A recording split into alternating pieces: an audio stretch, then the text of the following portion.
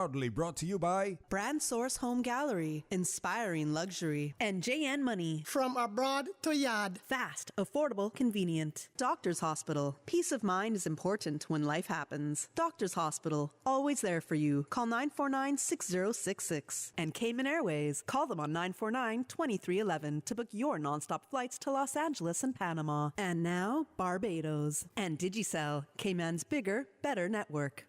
We ask our listeners and viewers to avoid any statements or comments which are abusive, derogatory, malicious, or defamatory. Do not use indecent language or make any statement that is false or misleading. Call 1-800-534-8255, 949-6990, 949-8037, or WhatsApp us on 925-3261. Live from Radio Cayman Studio. This is For the Record with Orrett Connor. Hear from your government officials, independents, and the opposition on issues that matter to you. For the Record. Engage in an open dialogue between residents and lawmakers. With Orrett Connor. Informative, impartial, insightful. This is For the Record. For the Record. 1-800-534-8255. Your calls, your input. This is For the Record. And now, your host, Orrett Connor.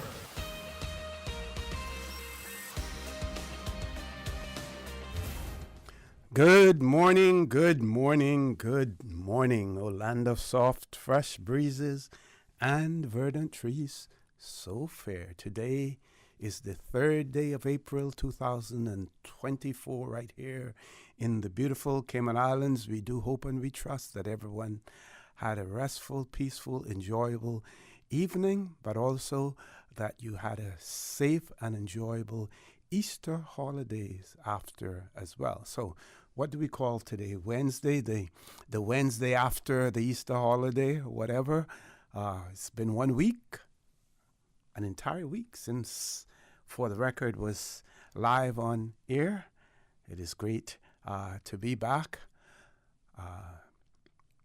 We hope and we trust that all of you who are on our roads, whether you are a pedestrian or a cyclist, or if you're operating any type of motorized vehicle, that you observe the rules of the road, and by so doing, the life you save may just be your own. Have not heard any news of any serious or fatal road accidents during the holidays, and that is good to know as well.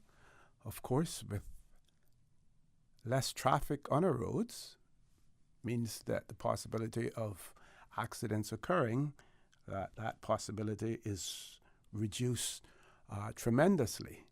I am also made to understand that the roads are not that busy today as well. Our school is still out, but that should not be cause for you to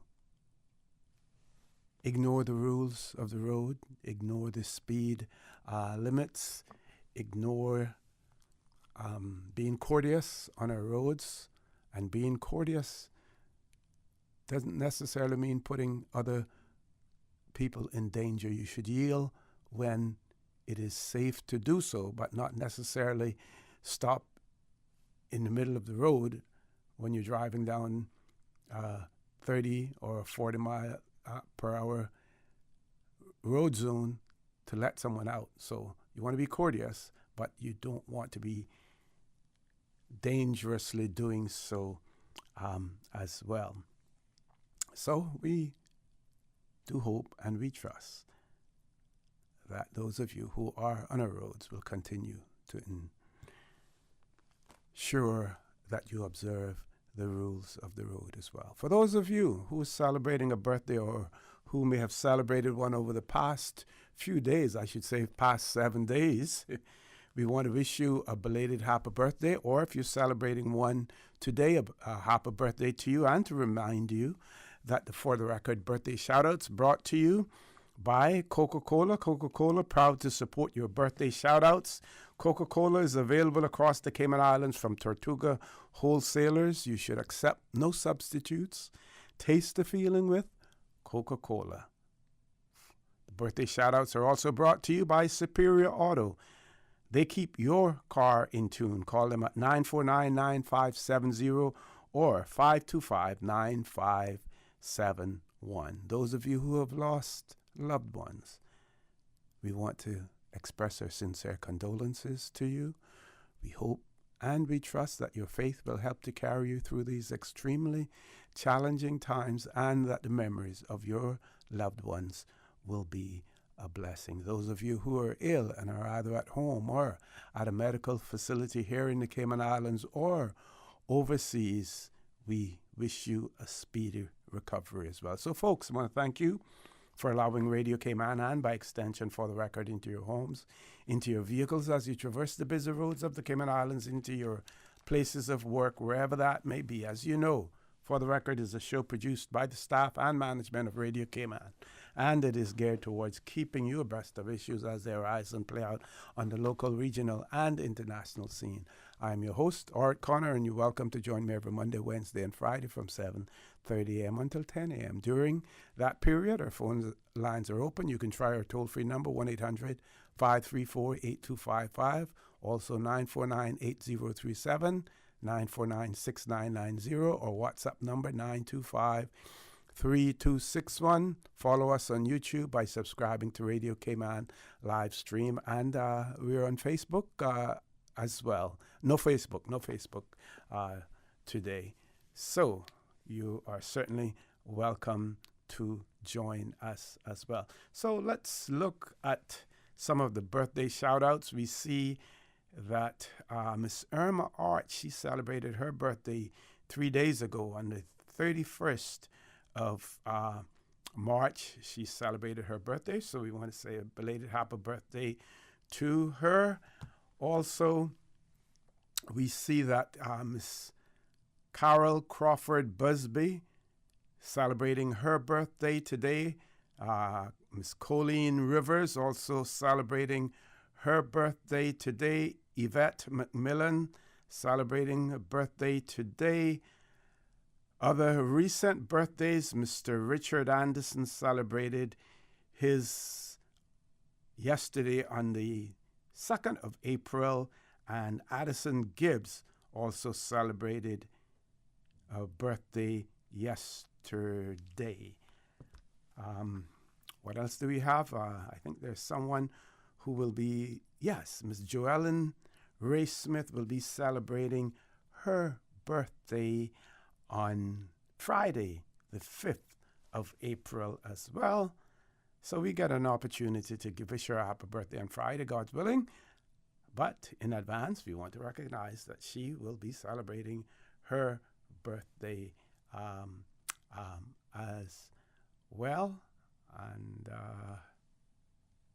any more that we have? No more at this point in time. So again, to remind you that those For the Record birthday shout-outs brought to you by Coca-Cola, who are proud to support your birthday shout-outs. Coca-Cola is available across the Cayman Islands from Tortuga wholesalers. You should accept no substitutes. Taste the feeling with Coca-Cola. Also, Superior Auto. They keep your car in tune. Call them at 949-9570 or 525-9571. So, let's stir up a little bit of controversy first this morning. And we see various publications and people referring to the tradition of camping in the Cayman Islands, camping during Easter. And I saw on various chat groups, as well as on Facebook, where persons were discussing that.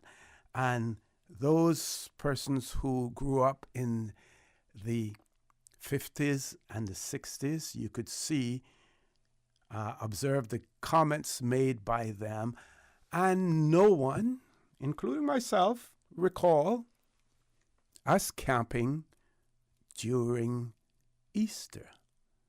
And many persons who were conversing on the chat pointed out that the Easter season was viewed as religious observance, starting with Good Friday. And of course, you basically did nothing on Good Friday. Easter Monday was then when you went and you picnicked. And I remember in Georgetown, right? In Georgetown, Miss Frances Ramoon and I had the name ready. It would be Mr. Burley's wife, who lived right between Mr. Champa Forbes and Miss Rita Nixon. The road right in between there. As a matter of fact, that would be our director's grandmother. They had picnics at the Spots Beach, where the cemetery is right there now, and it's now a public beach. They had picnics there. Trucks were rented, like Mr. Clarence Flowers or Mr. Wellington's truck, or Mr. Cully Smith's truck, rented. Of course, they had benches across, and you sat there and you went to picnic. And everyone took care of you like family. They looked out for you like family. And Mondays was the picnicking day. So we need to look back and see when something becomes, how long does it take for something to become traditional? Because we know that in the 50s and in the 60s, there was no such thing as camping during Easter. Just like kite flying was a huge thing during Easter. We don't see a whole lot of that now as well. Before I continue with this conversation, we do have a caller on hold. Let's grab the caller. Caller, good morning. Welcome to For the Record. Good morning, caller. Welcome to For the Record. Good morning, OC. Hey, good morning. Good morning. How are you, Lord Graham? I'm good. How you doing? I'm good, thanks. Yeah, I remember back in the day, a kid then, when the Richfield run ashore in Gun Bay, Mm-hmm. it protected, the ship was so large that it protected the reef in such a way that it almost ended up like it was a big piece of property out there. And that had become very popular camping, picnicking ground every year for the people in East End. That was the big thing to go there. And that was like a mile offshore to get there. Mm-hmm. But what I call for is it's a big discussion about the work permit people. Certain countries having such a large majority, right? I was thinking if we could do a quota, on work permit, like for every country, you got an equal amount of people in the quota. Say each country get 2,000 or whatever, 1,000, and whenever you reach that 1,000, right, the number's not gonna lie. It'll work out itself. Mm-hmm. Then whenever you send in, if you reach that amount, their limited amount, then you would have to send a letter anyway stating that your work permit would deferred. So in that same letter, you would indicate that you should look. I think they did it some time ago. You should look workers from these particular areas that haven't reached the quota yet. It is still in play, but there is some flexibility that boards have with that, where they can waive the requirement to recruit from a specific geographic area. And what they look at is they look at each individual company that is applying for a work permit and looking at the ratio of the various nationalities that they have. So that is still in play. Well, it might be in place, but it's not being implemented, I can tell you that. So we need to look at that very seriously if we're going to keep complaining about. But it is other being countries having the majority. implemented. It is being implemented, No, like I don't think said. so. It I is. don't think I so. can speak authoritatively about that it is implemented, but the boards do have the discretion to waive that requirement. Well, they are doing a lot of waiving. I can tell you that now because of the arguments that I'm hearing on the street. Because it's not only here in the Caribbean that we can get builders. You know, some of the best builders are in. If you look at all the buildings that are being erected throughout the world, Asia got some of the most prettiest and tallest and seem to be strongest buildings because they're always sustaining more drastic weather than we do. So I think that would be a good way of balancing the amount of people that are here, so we don't have a large majority of people to outpopulate the natives. You know.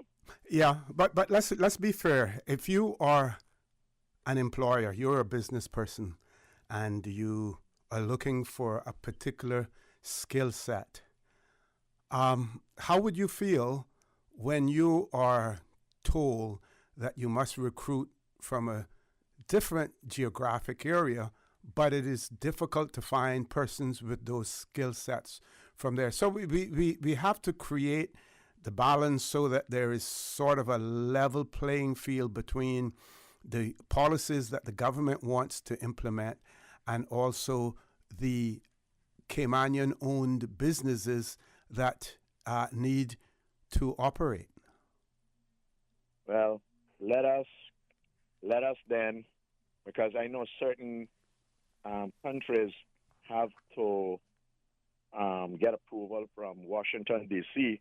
Before their workers can exit to come to work outside, which that means they're very scrutinized, right? But we're getting people that come here with police records that, in a lot of people's opinion, is not correct. And as soon as they come on the island, then 6 months after, we're giving them a clean police record, and we only know them to be here or know anything about them for the 6 months that they're here. So I think every work permit that are being renewed, you still have to get that police record from the country where you origin. How about that? So when you apply initially, you provide a police record from your country, and then you are here for 1 year. 6 months. 6 months. 6 months. You can get a police record from Cayman. I don't think that's right. But in 6 months, they should go back to.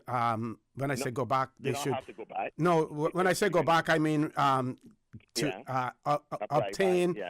But why if you already had one 6 months prior? No. Usually they're here for a year, right? So every time your work permit is up for renewal, you need to get a work permit.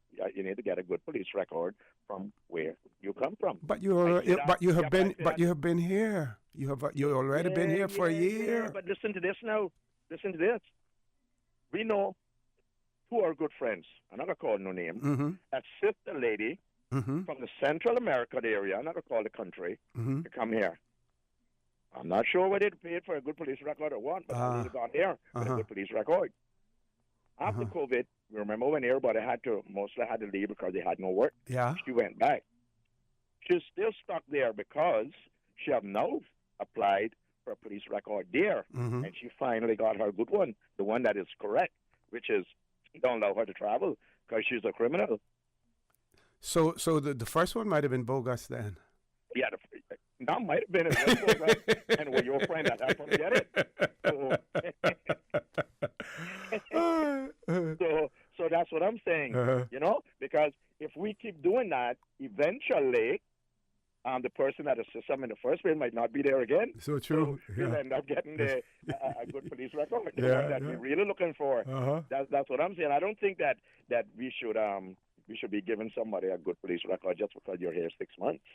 Yeah, I don't think that's right. what that reflects is their activity here in the Cayman Islands. But I get what you're saying in terms of we need to know more about what occurred, where they're coming from as well. Lord Graham, I'm going to ask you to leave us there. Way over our commercial break time. Folks, please stay tuned for the record. We'll be back shortly.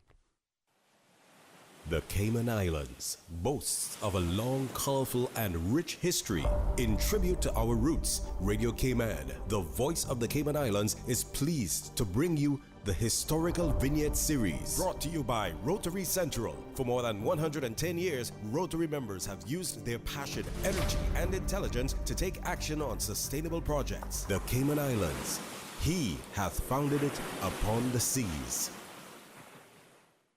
Mary Catherine Bodden, 1910 to 1994. Mary Catherine Borden, nee Eden, attended school at Caswell, taught by Mrs. Nora Dilbert, nee Walter. She was a loving, caring mother of 4 children. She was a member of the Presbyterian Church from 1925 and served as choir director, organist, Sunday school teacher, and founding member of Women's Guild at Savannah. She traveled to the various districts conducting services for the Guild and took care of the preparation of Holy Communion for years. She was an active and influential cornerstone of both her church and her family. She was the mother of Cayman's first national hero, James Manoa Borden. Radio Cayman's Historical Vignettes was brought to you by Rotary Central. For more than 110 years, Rotary members have used their passion, energy, and intelligence to take action on sustainable projects.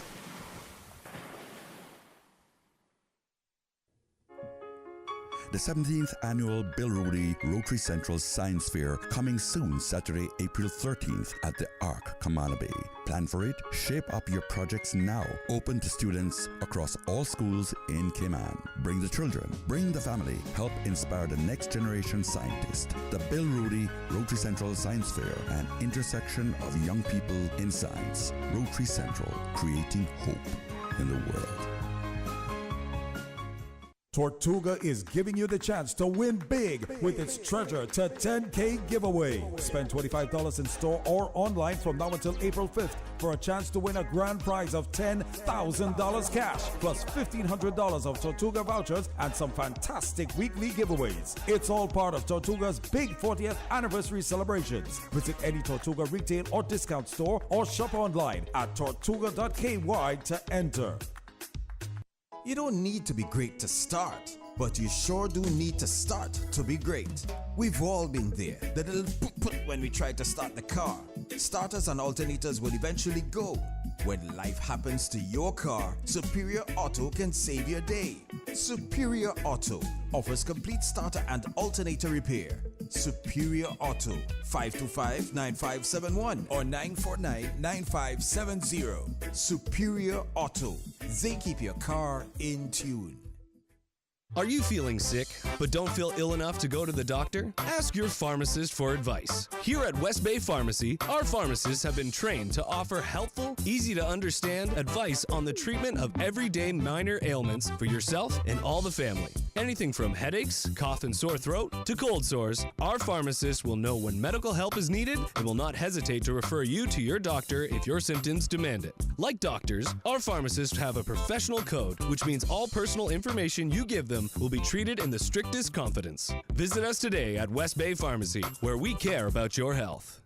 Shop the Brand Source Home Gallery Senior Citizen Sale. In honor of our seniors, Bryan Source Home Gallery is offering a 15% discount now until April 6 on appliances, mattresses, plumbing and bath fixtures, lighting, ceiling fans, kitchen cabinets, custom closets, and more. And I heard right, 15% off store-wide. If you are over the age of 60, you can purchase for your family and friends. Just show your ID. It's that easy to save 15% with the Brand Source Home Gallery Senior Citizen Sale. Visit Brand Source on Dorsey Drive, Industrial Park, or call 623-5000 for details. Ladies and gentlemen, have you heard the news? Digicel is back with exciting offers that are too good to resist. Activate one of our brand new prepaid or postpaid plans today and experience telecommunications like never before. With more data, dedicated entertainment options like Netflix, YouTube, Spotify, and endless social text data for all your favorite platforms. Digicel is here to make sure you stay connected and entertained. Whether you are on a prepaid or postpaid, you will also enjoy dedicated roaming data for the USA, Canada, and the Caribbean. It's all about value, and Digicel has got you covered.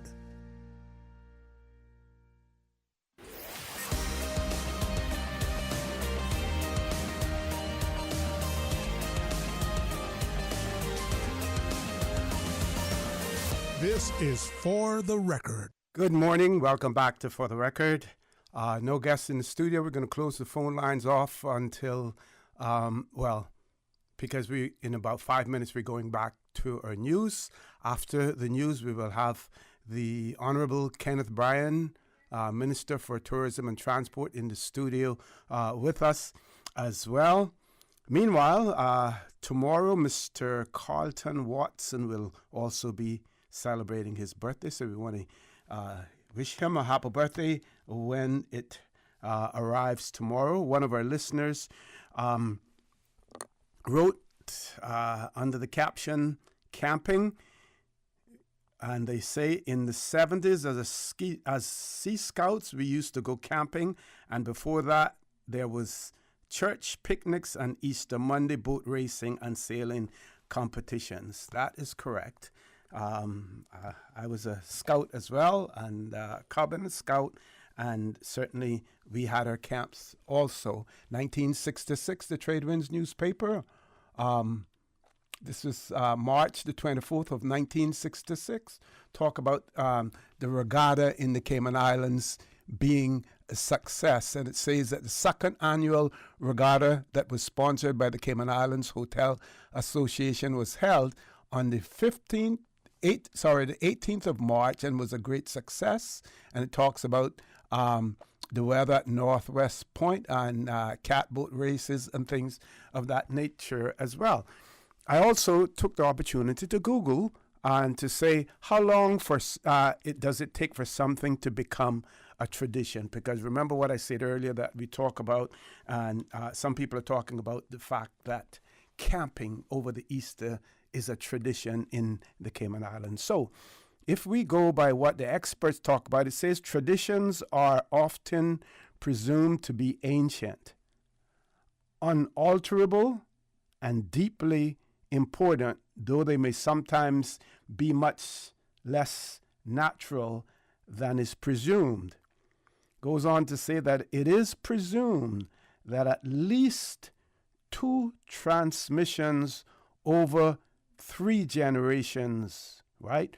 2 transmissions over 3 generations are required for a practice, belief, or object to be seen as traditional. Let's see. Then it goes on to say that understand that this is not a hard science. The exact amount of time that must pass is open for debate, but traditions, think about carving the Thanksgiving turkey or coloring eggs on Easter, are often measured in years, not days or weeks. So again, based on the conversations that I have seen, it appears as if the camping tradition may have started sometime possibly in the 80s. And it may have occurred simply because persons found it difficult to find places to picnic on Easter Monday, so they went in advance of Easter Monday to secure their spot, and that is where it worked into from there. Not sure if that started in East End, in West Bay, or in Georgetown. Not sure where that started, but it is something that we would want to research. Number one, because we don't want anyone else writing our history, for us and getting it wrong. So we should seek to do that ourselves. Extremely important for us to do that and put our markers down and get that whole issue of when Easter camping started in the Cayman Islands, get that sorted out as well. Just want to say very quickly before we go to our 8 o'clock news, I'm not disagreeing with Lord Graham when he's talking about various nationalities and ensuring that that balance is there. That was put in legislation. It was put there for a reason, because it is extremely dangerous for any country, especially a small island like the Cayman Islands, to have a preponderance of nationals from any one country that sometimes may exceed or equal the number of, and I use this word sparingly, natives or indigenous people of that country. So extremely dangerous as well. I will end there. Top of the hour, 8 o'clock news. When we return, we should have Minister Kenneth Bryan in the studio with us. Please stay tuned for the record. We'll be back immediately after the 8 o'clock news. Thank you, Mr. Connor. And studio time now by Foster's is 8 o'clock. Well, Doc, I'm getting old. I'm out of shape, always on edge and off balance. And how does it make you feel? I guess it makes me feel like I should live better. Here's my suggestion. Are you saying I'm a blank piece of paper? Turn it over. Live well? Is this code? No. Live Well from Foster's and CG Britk. A great resource on staying healthy, decluttering your mind, and managing stress. Really? And it's free? Really. Livewell.fosters.ky won't cost you a cent. This session, however, live well with Foster's and CG Britk. The voice of the Cayman Islands. 89.9 FM in Grand Cayman and 93.9 FM in Cayman Brac and Little Cayman. Silver wings shining in the sunlight. Radio Cayman.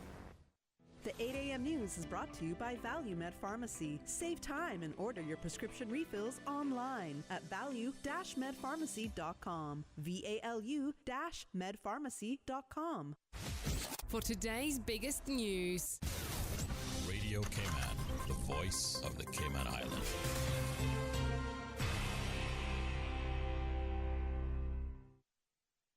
With your latest news, I'm April Cummings. Just after 11 last night, a call to the 911 Communications Center after a man walks into an Eastern Avenue restaurant and said he had been shot. Police and emergency services responded. The man was taken to the hospital by ambulance. No word on the severity of his injury. We have reached out to police and will provide additional details when available. If you're just tuning in this morning, we've been following the Cayman Islands Coast Guard's Operation Rescue Coordination Center efforts to prevent a disabled cargo ship from running aground in Little Cayman. The SC Montana's engine failed, but according to the latest report, the coordination efforts appear to be a success. Coast Guard Watch Officer Dimitri Miles tells Radio Cayman they spent the night coordinating the response between MV Lefkis, a bulk carrier, and the SC Montana. We are now able to advise that SC Montana is now being towed away from Little Cayman by motor vessel Lefkis, and any risk of impact to Little Cayman are minimal. On behalf of the Acting Governor, the Honorable Premier, and the Cayman Islands Coast Guard, express our gratitude to the crew of motor vessel Lefkis for their continued assistance throughout this incident. Great news there. Cayman Islands Coast Guard Watch Officer Dimitri Miles. The SC Montana is a container ship, and it was headed from Jamaica to Cuba. The ship is reportedly more than 207 meters long and over 29 meters wide, with a draft of 9.6 meters. A man with no known legal immigration status in the islands will appear in summary court this morning. Radio Cayman's Jevi Ebanks has more. John George Van Wyck is facing 2 charges of common assault. Wyck, who the courts heard has no immigration status on island, is alleged to have assaulted a woman in July 2023 in a canal community near the 7 Mile public beach by slapping her and grabbing her by the throat. Wyck denies the charges that the courts heard were brought to the Crown's attention as far back as September 2023. On Tuesday, Chief Magistrate Angeline Hernandez told the Crown prosecutor that given Wyck's immigration status, or the lack thereof, the Crown would need to inform the courts by Wednesday what was expected with the case. Wyck, represented by Sampson Law, is bailed to return to court at 10 a.m. today. Jevy Ebanks, Radio Cayman News. 3 men arrested on drug importation charges after police recover 450 pounds of ganja remain on bail after Tuesday's summary court appearance. Police arrested Dave Ramsey, Steve Maxwell, and Sanjay Martin on the 26th of March while conducting inquiries in the Seymour Drive area of Georgetown. The resulting searches netted $5,000 CI, more than $800 US, and the 450 pounds of ganja. The trio appeared in person in summary court. They're awaiting legal aid. The case is due back before the courts on the 9th of April, when disclosure and an update on the charges is expected. Pending legal aid, the men are expected to enter pleas, but until then, remain on bail. That is your local news at this hour. I'm April Cummings. Now let's check in with the BBC for stories making headlines around the world. BBC News with Moira Alderson. Israel's military chief has called the airstrike on Gaza, which killed 7 aid workers, a grave mistake which shouldn't have happened. He said it took place at night in very complex conditions. International condemnation has continued. The top appeals court in Uganda has refused to overturn a draconian anti-homosexuality law, although judges said parts of it violated constitutional rights. Campaigners say they'll take the case to Uganda's Supreme Court. Rescue teams in Taiwan are trying to reach dozens of people trapped in tunnels after a powerful earthquake. At least 9 people have been killed and more than 800 injured in the quake.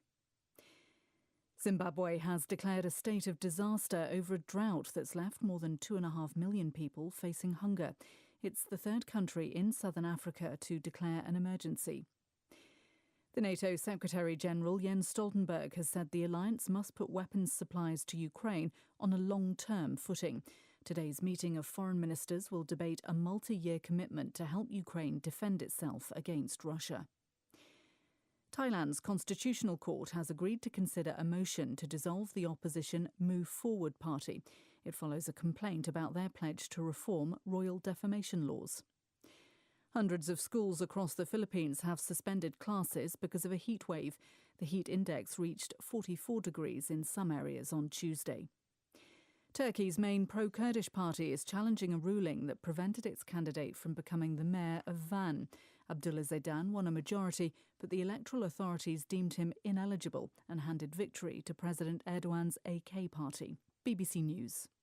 The 8 a.m. news is brought to you by ValueMed Pharmacy. Save time and order your prescription refills online at value-medpharmacy.com. VALU-medpharmacy.com. Now, more than ever, supporting your immune system is crucial to helping your body fight off illnesses like the common cold, the flu, and COVID-19. At ValueMed Pharmacy on Walkers Road and in Buttontown, we carry all the essential vitamins and minerals to help support your immune system and improve your overall health. Some of our top immunity support picks are vitamin C, vitamin D, zinc, elderberry, and quercetin, or the popular 7-in-1 immunity support. Our pharmacists are always on hand to help guide you and answer any questions. Visit ValueMed Pharmacy on Walkers Road or Buttontown. Live happy, live healthy with ValueMed Pharmacy. Stay in touch with Radio Cayman with the latest up-to-date, accurate news and information. For your convenience, the headline news will be repeated on our sister station, Breeze 105.3 FM, weekdays at 8:30 a.m. Follow Radio Cayman on social media, Facebook, Instagram, Twitter, or download the Radio Cayman app in the App Store or log on to www.radiocayman.gov.ky and stay connected to what's happening in the community. Radio Cayman, your voice, your choice, your radio. Hey there, K-Man. Have a few minutes to spare? Your Ministry for Housing has just launched the public survey for the Cayman Islands Housing Policy and Strategic Plan. We are all about making our island home even better. We need your help. It's your thoughts and ideas that will shape our housing policies for the future. Your voice matters, and it's easy to get involved. Just visit cihousingplan.org and let your voice be heard. Plus, you could catch some cool gift cards just for sharing your ideas. Don't miss out. Open through April 16th. Head to cihousingplan.org or go to the Ministry's Facebook, Instagram, X, or LinkedIn now and be a part of the conversation. Your input matters more than you know. Let's make Cayman's housing future brighter. Together, your voice, your future. Take the survey today.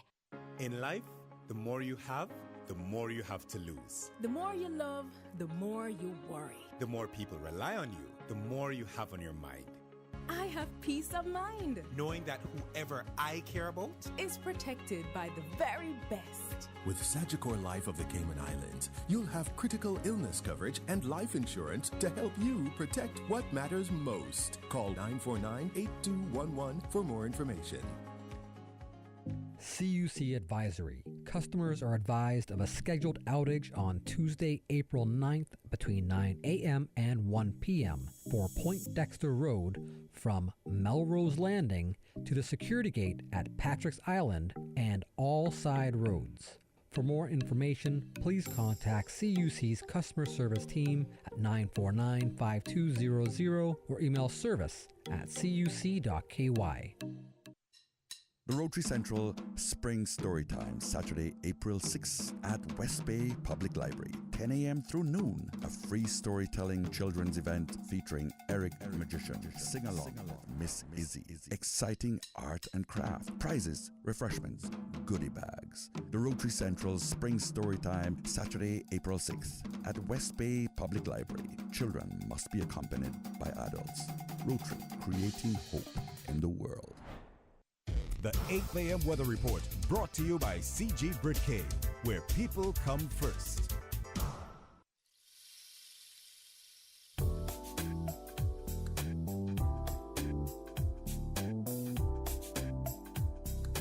Good morning. Let's take a look at the latest weather report.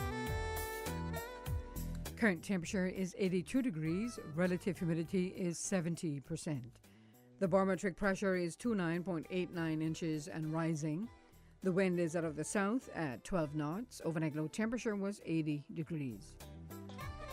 Synopsis indicate a high-pressure system over the western Atlantic Ocean will continue to support moderate to fresh southeasterly winds and seas across the Cayman area for the next 24 hours. Satellite images show a few low-level clouds over the northwest Caribbean. Now the forecast for the Cayman Islands for today, calling for partly cloudy skies with a 20% chance of showers, and temperatures will be in the mid to upper 80s. Winds will be southeast at 10 to 15 knots with higher gust, and seas will be moderate with wave heights of 3 to 5 feet. Tonight, partly cloudy skies with a 20% chance of showers, and temperatures falling to the upper 70s tonight. Your winds will be southeast at 10 to 15 knots, and seas will be moderate with wave heights of 3 to 5 feet as well. Today's low tide will occur this afternoon at 12:18, high tide this evening at 5:42. The sun will set this evening at 6:39 and will rise tomorrow morning at 6:17. And the outlook is calling for light southerly winds this afternoon, becoming northeasterly by Friday, along with slight seas as a cold front currently over the Gulf of Mexico is expected to move into the northwest Caribbean. And that's the very latest on your weather report. Take some advice from your Aunt Angie. If you want to go scuba diving on your vacation, don't bedazzle your wetsuit. And you think you look great, but what you don't realize is that you look like a shiny, scaly fish. And it won't take long for a shark to notice you. Next thing you know, you're busting out every karate move you got. But if you're smart, you'll have CG medical insurance and get airlifted out to the closest hospital. Get coverage for emergency evacuations. CG Britcay. Good like that. All benefits are subject to policy provisions, including eligibility at the time of service. The 8 a.m. weather report brought to you by CG Britcay, where people come first.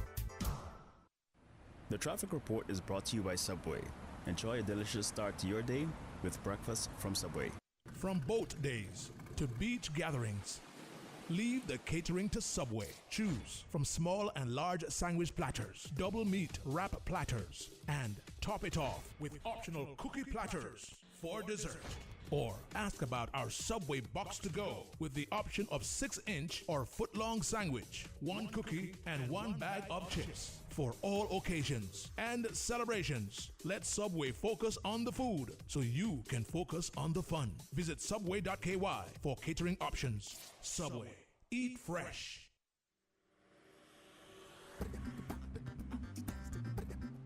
Good morning. Let's take a look at traffic. And just to remind you, there are 4 ships in town today, and the last one will leave at 6 p.m. It's going to be bringing a capacity of 13,392 visitors to our lovely islands. So be aware of that as you maneuver on the Seafarers Way on the waterfront. Let's take a look at what's happening elsewhere. Shamrock Road and coming off of Rick's Creighton Boulevard, traffic is moderate. And traffic is flowing pretty good coming from the east on Linford Pearson Highway. A little steady traffic heading to Georgetown on Crew Road. Eastbound traffic on Crew Road is light to moderate. Into Georgetown on Shedden Road, looking pretty good out of Georgetown on Shedden Road. Moderate flow of traffic.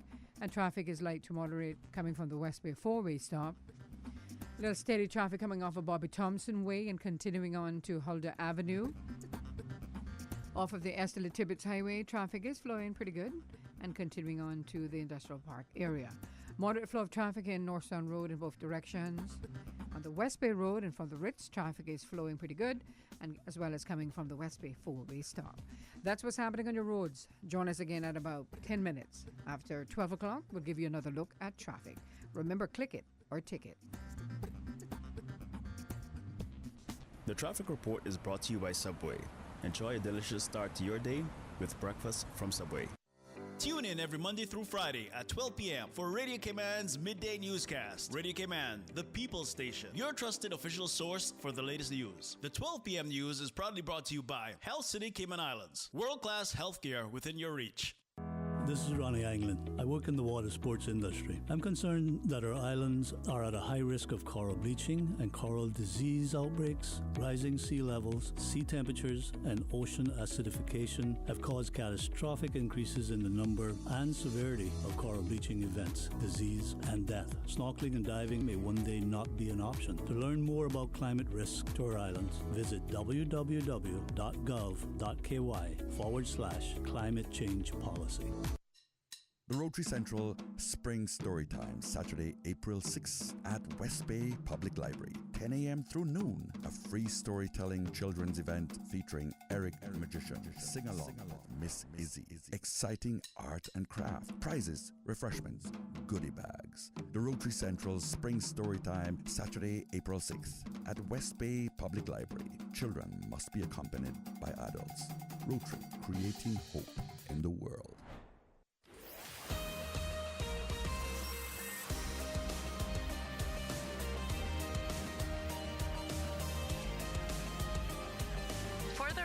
With Orrett Connor. Good morning and welcome back to For the Record. Our phone lines are open. Meanwhile, our guest isn't here yet, but we want to continue the conversation. Actually, continue because we started one, with Lord Graham, and he had some interesting things to say. And of course, he is in the know because he not only has his feet on the ground, but he also has his ears to the ground as well, and he knows what is actually going on out there. So, I want to mention this as well. Hope I can find it, and it was to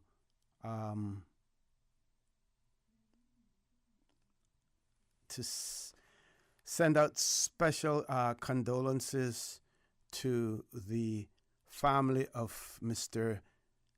Dale Shillette. We know him as Little One, who resided in New York, and unfortunately, he passed away.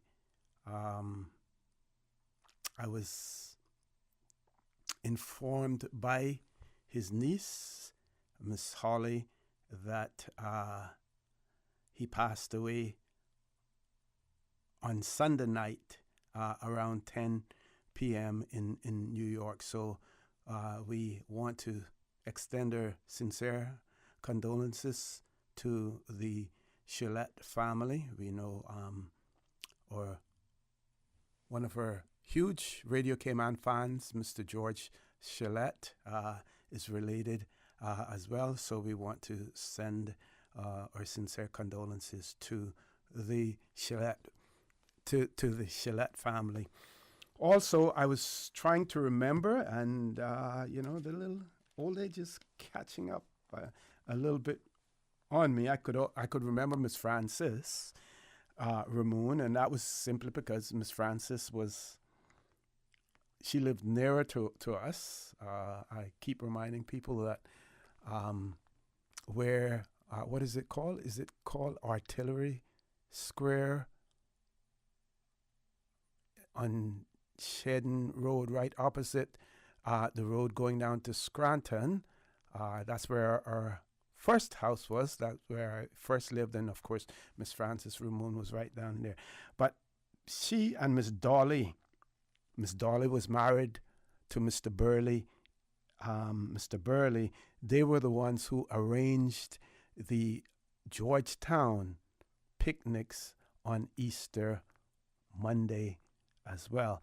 And also, I don't know how many of you are familiar with this, but I know families that on Good Friday, they would set a glass with water and the egg white in somewhere in the sun, and whatever formations, it would be interpreted, or whatever the formations. How many of you remember that? I recall that as well. Those, folks, those are Easter traditions. Those are traditions. I believe we do have a caller. Let's grab the caller. Oh, the caller's no longer there. So, Miss Dolly and Miss Frances Ramon, they put on those Easter picnics. Never had any loss of life as far as young children were concerned. And like I said, your family sent you because there was an adult there who would look out for you. Folks, those are the days when you could walk out in the Spots area. And of course, you had the caves to the east of the beach. You could walk out there and you could pick up the conchs. You'd walk out, pick up the conchs. They would boil them, cook them, whatever. Those were the days. We will never get back to those days. We don't expect that we would as well. We have a few messages here. Let's see. This person says they want to wish happy birthday to their son, Devani James. His birthday was on the 28th of March, and birthday greetings coming from his mom, Ruth James, sister, brother, Necesito, and nephew and sister-in-law. May God bless you to see many more. Oh, that was on March 27th. And today, so they said the name of the person was Miss Dolly Ebanks, Mr. Burley Ebanks' wife. And I want to thank them for that. My memory came back to me while we were on the commercial break as well. And of course, Miss Dolly Ebanks would be the grandmother of our director here at Radio Cayman, Miss Norma MacPhail as well. Folks, you got to know your history. You got to know your people. And I happen to be young enough to remember those folks who made Cayman what it is today. Let's see what else we have here.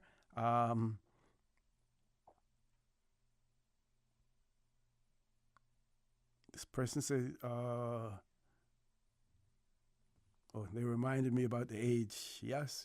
Sometimes you have that lapse in memory, but I could remember where Miss Dolly's house was, as well. And that long road that went down there, and Mr. Burley used to grow some of the best cassava in Georgetown. You wanted bread kind and stuff like that, you check Mr. Burley Ebanks out for that as well. Oh, by the way, I had the opportunity to bump into Mr. Nicky Godfrey on last week, Tuesday, and he reminded me I need to come and sit down and talk with him so he can give me some history about our family and the various connections as well. And I have to ensure that I do that. I know he listens in. I know his brother, Mr. Niels Godfrey, they're always listening in as well. And they are some of the individuals that we consider to be the repository of the history of the Cayman Islands, including Captain Paul Hurlston and the recently departed Awawa, Miss Alverny Watson as well. But we have so many more here, and we have to continue to tap into their knowledge, tap into their memories. We have to ensure that we record it as well. It is extremely important. Let's look at some of the local news, and I want to give a big shout out. This is an article in the Cayman Compass. Jazz Pitcairn's Ivan wins Best Score at International Film Festival. And the article talks about the fact that Miss Jazz Pitcairn's Ivan has won the best score for an international film at the Garden State Film Festival for Force of Nature, composed by Fadi Khoury and performed by Khoury and Pierce Constanti.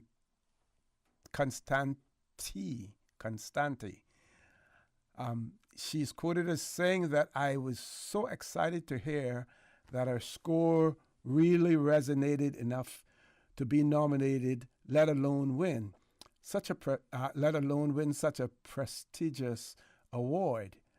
And she told that to the Compass. She also said that I'm so thrilled for Fadi and the entire team who now get to say they worked on an award-winning film. Pitcairn, who's 24 years of age, she was unable to attend the festival. She called it, and I quote, a wonderful collaboration, working with Khoury on the 9-minute film that depicts the life-changing events of Hurricane Ivan, which devastated the Cayman Islands in September of 2004. Pitcairn recalled the pair first met at New York University and were randomly paired to work together as an exercise for a school project in 2020. I told him about the Ivan short film, and he immediately wrote a piece of music that resonated with me. We stayed in touch, and when it came time to figure out the music for the film, I reached out to him again. Before we even shot the film, he and I spoke at length about the style and feeling we wanted the score to have. Something foreboding with a nod to Caribbean music and instruments. He wrote a piece of music just based off our conversation before even watching the film. It was so beautiful, I ended up using it over the end credits of the film. He then wrote the music in the film once it was completed. The film was also screened at the Garden State Film Festival. In addition, it had previously been nominated for a 2023 Hollywood Music and Media Award for Best Score in a Short Film Live Action. Pitcairn said she was, and I quote, so thrilled for the inclusion at the Garden State, which was held from the 21st to the 24th of March. The festival is known for sharing untold stories and supporting emerging filmmakers. It is truly an honor to be included. Film co-producer Badir Awe, who attended the screening of the film at the festival, said Ivan was very well received. There were lots of questions about it. People were very intrigued about that hurricane. A lot of people remember Ivan, so it was very interesting to them. They were also impressed with the film and how we managed to flood a house. He added, there was a lot of interest around the film, which was great. We also drummed up interest in Cayman as a film location, destination for them to think about in case they ever needed a Caribbean island to shoot some scenes, a reality series or movie. It was pretty cool to get both of those things done. Now, being tourism ambassadors, what a great way to segue into welcoming the Honorable Kenneth Bryan, Minister for Tourism and Ports in the Cayman Islands, and to get his commentary about the film Ivan receiving an award for the best score at an international film festival. Minister, good morning. Welcome to For the Record. Good morning, OC. Good morning, Cayman Islands. My apologies for being a tad bit late. I was expected to be here about 15 minutes ago, but that amazing traffic, Cayman traffic, held me up for a minute. But get straight into it and saving time. I am ecstatic about Miss Pickern's award and recognition. I recall when she was reaching out to the various ministries, my ministry as well as at the time, the former Deputy Premier, Christopher Saunders, seeking support and assistance, which we were happy to give. And it's so good to hear that, the award that she received and the creators and producers of the film Ivan, not only from a historical perspective, because it changed the lives of so many people here, from the emergency elements that will forever be in our minds and the shaping of our communities and so forth, but from a film development perspective for the country, to see not only one of our well-known Frankie Flowers being involved, but the growth of yet another young Caymanian creating and producing and building the film industry. As you read there in the narrative just now, at the end, it also gave an opportunity to promote Cayman as a destination. And as you know, within the Ministry of Tourism, we are in the business of promoting Cayman to be a film destination. So it goes on all elements. We should be proud of one of our own, but also proud from the economic opportunities that has been presented. I'm just so saddened that I wasn't there when they did the showing here in Cayman. I was invited. The Honorable Miss Heather Borden acted on my behalf because I was traveling at the time. But I heard how many people were so thrilled by what they saw, because movies, tell stories and builds emotions and memories, and not only that, but our good friend Miss Teresa Lewis Pickern should be so proud. Extremely proud, yes. You did an amazing job with your daughter. You have a lot to be proud of, and Cayman has a lot to be proud of. And speaking of which, OC, why I'm on the show this morning is to talk about another group of Caymanians that we should be proud of, and that's the Carif, the team who just went away over the last week and a half to Bahamas and Grenada to represent us in track and field and swimming events. And Cayman, we have such a great body of young people coming up now in sports that makes me proud to be a Caymanian. I don't know if I've ever felt so good in a long time when I saw the swimmers win those races, as well as the track and field when we had first and second in the 100. I think that's the first in Cayman's history that we've ever seen it. And I was just thinking last night, I said, boy, we got 3 islands. And one of my dreams for the future is to get 1, 2, and 3. First, second, and gold. And that would be for Grand Cayman, Little Cayman, Cayman Brac. And I think it's time now that we double down even further into sports, because sports has a way of affecting so many things, from community development, children, keeping them away from crime and all that. But they're coming in today. I know we have a caller. If you want me to just wait. We have to go to the commercial break. We'll go to the commercial break. Do we have a caller as well, Miss Susan? Yeah, we have a caller, but we have to take the commercial break first. Folks, please stay tuned for the record. We'll be back shortly.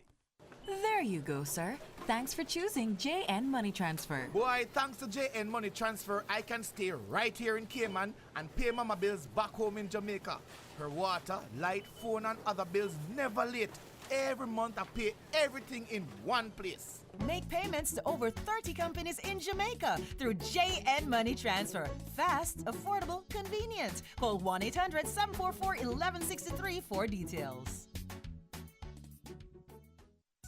At Doctors Hospital, we know life happens, and usually when you least expect it. So when unexpected medical issues arise, you need quality care close to home. Located in the heart of Georgetown, our accomplished team of physicians and medical staff treat minor urgent conditions such as migraines, chest and abdominal pain, shortness of breath, burns, broken bones, open wounds, and more. 24 hours, 7 days a week with no appointment necessary. Peace of mind is important when life happens. At Doctors Hospital, we're always here just for you. Need to speak to someone? Call 949-6066. You know, as a little girl, I dreamt of traveling to faraway places and foreign lands. I tell you what though, no more dreaming. I'm going flying with Cayman Airways. How blessed are we in the Cayman Islands to have our very own national airline? Girl, you can fly to so many international destinations without the hassle of connecting flights. On top of Jamaica, Cuba, and Honduras, you got non-stop flights from Cayman to New York, Miami, Tampa, and even Denver, Los Angeles, Panama, and child, they now have Barbados. Going to be a little cafe con leche and Hollywood Squares for this old gal. Make your travel dreams come true with Cayman Airways, offering non-stop flights for non-stop adventures in Panama, LA, and many more places in between. For details and to book, call 949-2311, contact a travel agent, or visit CaymanAirways.com. Shop the Brand Source Home Gallery Senior Citizen Sale. In honor of our seniors, Bryan Source Home Gallery is offering a 15% discount now until April 6 on appliances, mattresses, plumbing and bath fixtures, lighting, ceiling fans, kitchen cabinets, custom closets, and more. And I heard right, 15% off store-wide. If you are over the age of 60, you can purchase for your family and friends. Just show your ID. It's that easy to save 15% with the Brand Source Home Gallery Senior Citizen Sale. Visit Brand Source on Dorsey Drive, Industrial Park, or call 623-5000 for details. Let me tell you something. I've been fishing our island since I was a boy, and it's getting harder and harder to get a good catch. Maybe it's because there are so many more people in Cayman than ever before. Maybe it's because of how the climate is changing. I don't know about that, but I do know that I want to be able to keep fishing and teach my children to fish one day as well. So it makes sense to me that we have certain areas and certain times of the year to fish for certain things.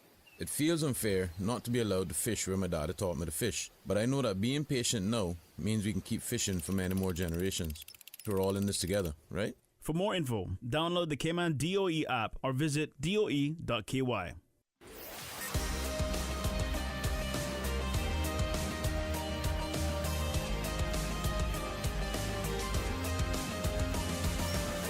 This is For the Record. Good morning. Welcome back to For the Record. In the studio with me, Minister Kenneth Bryan. We have a caller on hold as well. And just to let you know that Minister Bryan wants the phone lines to be open because he wants to accept all calls as well. Let's go to the caller. Caller, good morning. Welcome to For the Record. Well, good morning to the Honorable Minister there. Good morning, Lord Graham. You want to, I don't know after I done with him, I don't know if you want the lines to be open because I was so sick of beating up on him. See how happy that I heard him coming on. Yeah, beat up on him this morning. But before I get into anything, I too would like to congratulate the team that went overseas, the sporting team, two sporting teams that did us, represented us well.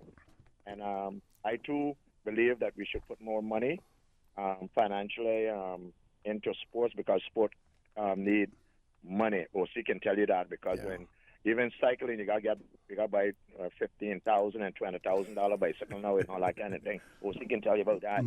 And the more money we can put into sports will benefit us more because we'll take away a lot more teenagers from hanging in the bars, doing drugs, all that kind of thing. And then another thing, it'll also save the education department from having to give monies to scholarships because the better athletes we have, more overseas institution will recognize them and give them full scholarships to come to their schools and stuff. So that is what the direction we got to go into. But Minister, why are we approving all these major developments continuously, where we have to import? It's always a cry out, we're going to create jobs. But create jobs, are we really short of jobs here in the Cayman Islands, or are we just taking care of other overseas countries' unemployment? Because, number one, we're bringing in a lot of overseas workers where we do not have the infrastructure here on the island to accommodate all the people that we're bringing to the island. We do not have the infrastructure in place. Eastern can't even get to Georgetown on time to get to work right now, and we're still creating more jobs for more people to come that will bring more cars, because, as you know, we do not have a proper ground transportation in place, so everybody needs a car. And another thing, I can hit you with all these so you can answer them. They're writing them down. But 2 years now, there was a team assembled with Dr. McField. Dr.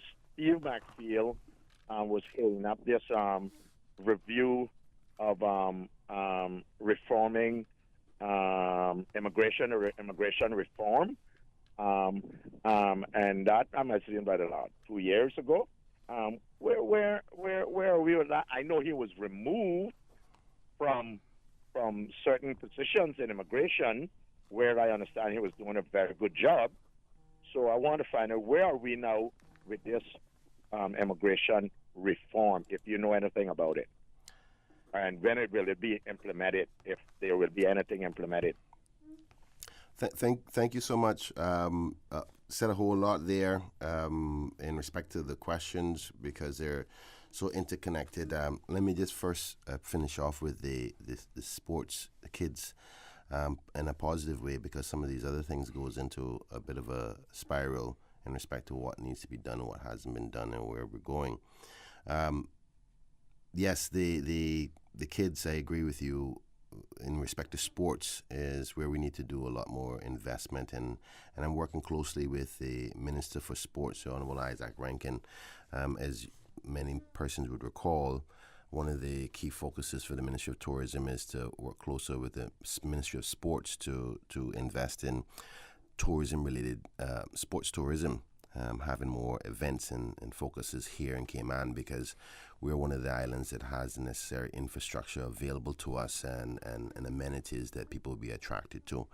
And not only that, we can recognize over the last 2 years that we have a very strong pool of great athletes in Cayman. I think this is probably the best era that I've seen with so many great young athletes in it. And you can show that the development of the sporting organizations are working.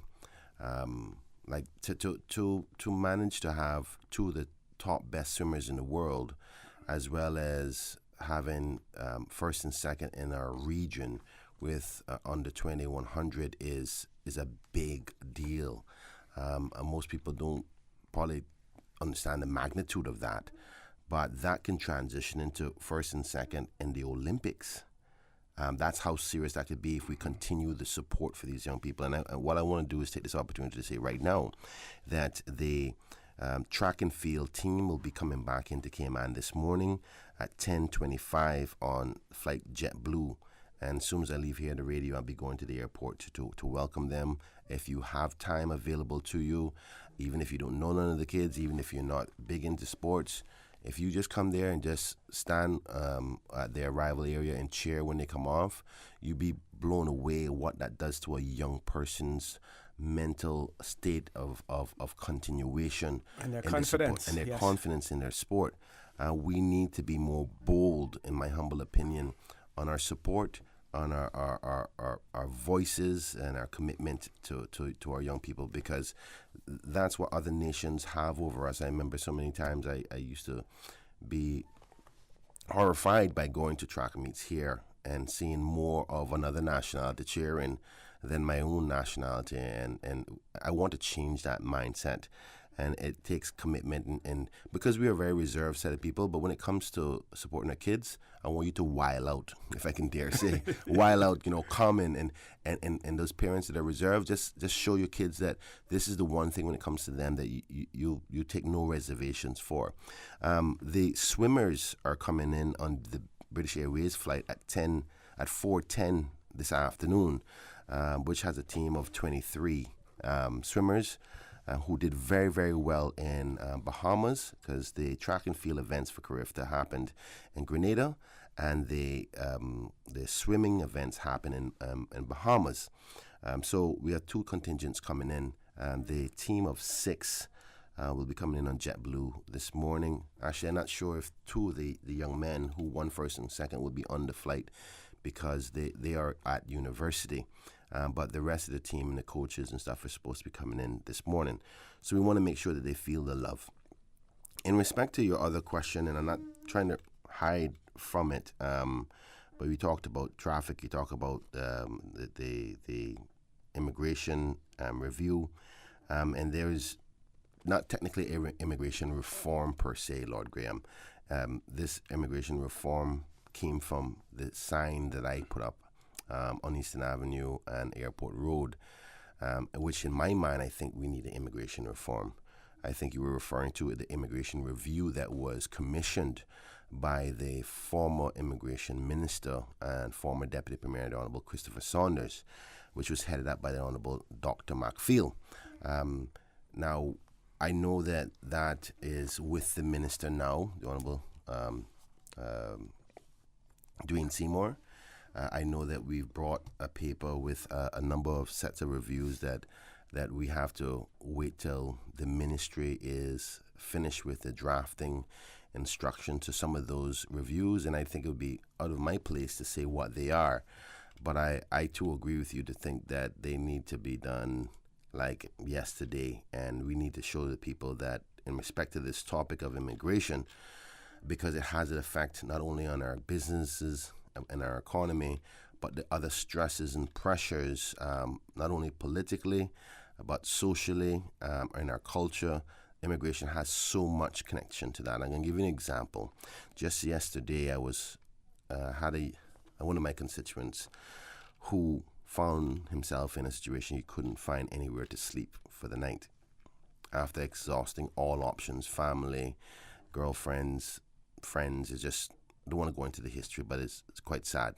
And I went all over Georgetown looking for a place. I mean, every single place I could go. And when I started to look at the housing circumstances and the pressures and how many people saying, boy, Ken, you ain't getting no room now. Everybody begging for room. Every day I get somebody, boy, you have any rooms, any rooms. And in this culture of, how work permit holders go, you have any rooms, sir? You have any rooms? And I went to everywhere that I knew would probably have a short-term thing, except for obviously the high-end apartments that you're talking about, $3,000 and above, which obviously I couldn't afford to pay for my constituent for a month. And end up to a point where we found a place where it was renting a room per night, $150. Wow. And I was blown away by it. But so obviously I'm highlighting the housing pressure problem. But I asked myself the question, obviously we need to do a better job at developing more houses and more spacing. But I think that has a lot to do with the bureaucracy that we have within the planning infrastructure and so forth, because it just takes so much to go through planning processes, and the Department of Environment, which has become the biggest hurdle, in my humble opinion, this is my personal opinion, biggest hurdle within any kind of measured development for positivity, not just this unbridled development, but true development for like housing and so forth. And the problem, the headache of going through that doesn't allow us to build fast enough, and our population is increasing so fast that we don't have enough housing to meet the demands of the increase in population. And that population didn't grow by Caymanians having babies. It grew by immigration. And when I say immigration, I mean by the granting of work permits. So the granting of work permits has caused this housing crisis. So do we need then to place more of a responsibility on the employers to ensure, because we do have that accommodation form that is completed but nobody for follows immigration purposes. But if you place the responsibility on the employer that they have to indicate where their workers are going to be living before a work permit is granted, that would help the situation. I'm going to ask you if you could, Lord Graham, if you're still there, hang in there. We're going to take a commercial break. When we return, we'll come back to you. Folks, please stay tuned. For the record, we'll be back shortly. She hear clunk and her car stop. I was just about to send her some money, so I send it straight to her JN Money Transfer card. It cost me less, and perhaps she use the card, pay the garage right away. She'll get discount through the JN Rewards program in Jamaica. This card make things easy. You can even get funds at any multi-link ATM. JN Money Transfer Card. Fast, affordable, convenient. Tell your loved ones in Jamaica about it. Sign up is free.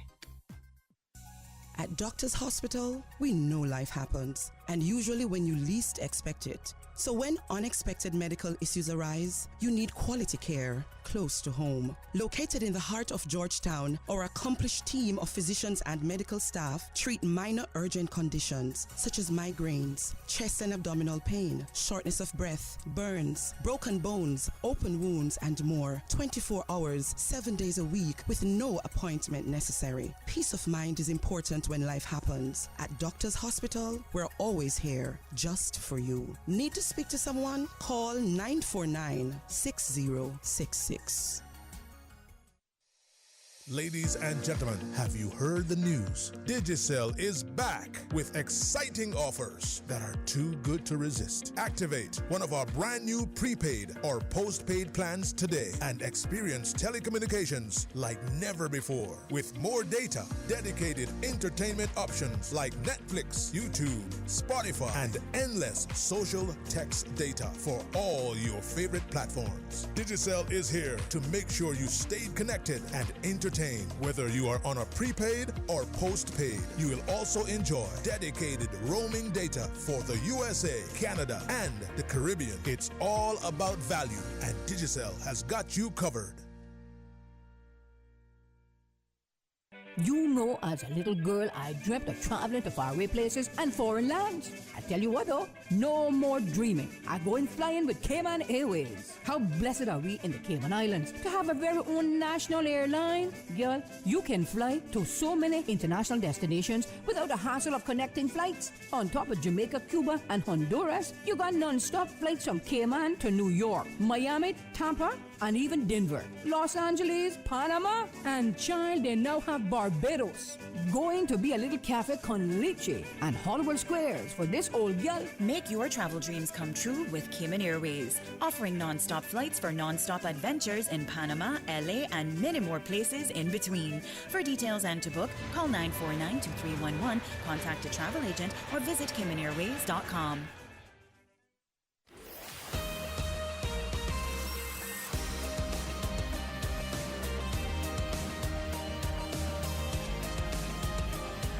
For the record, with Orrett Connor.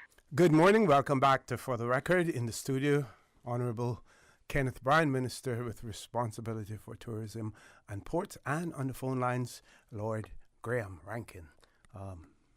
Minister? So I was responding to Lord Graham's question in respect to the immigration reform, and as you can imagine, I'm going to be limited on what I say there. I'll leave that to the Honorable Minister.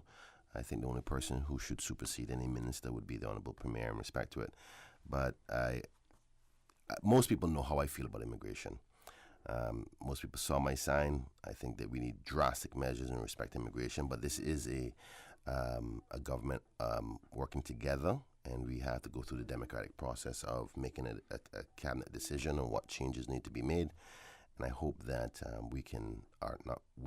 the minister can announce what changes that the cabinet has agreed to and caucus has agreed to in short time, because I know it's going to be a matter that the people of Cayman is going to bring up during the election. I know that for certain, because that's all I'm hearing.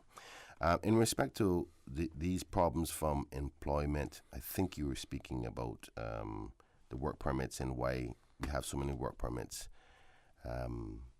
because we definitely have more work than we have Caymanians. This work problem that we have, I hate to hear when a Caymanian doesn't have a job. Now, you're going to hear the criticisms about Caymanians need to do better, they don't show up for work, or what all the other criticisms, and sometimes that is true. The 1 or 2% or even 5%, it could even be 10%. It really doesn't matter, in my humble opinion, because one bad apple shouldn't be the example of everybody.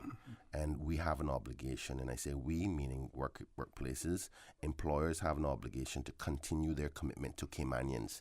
That's a part of your community service.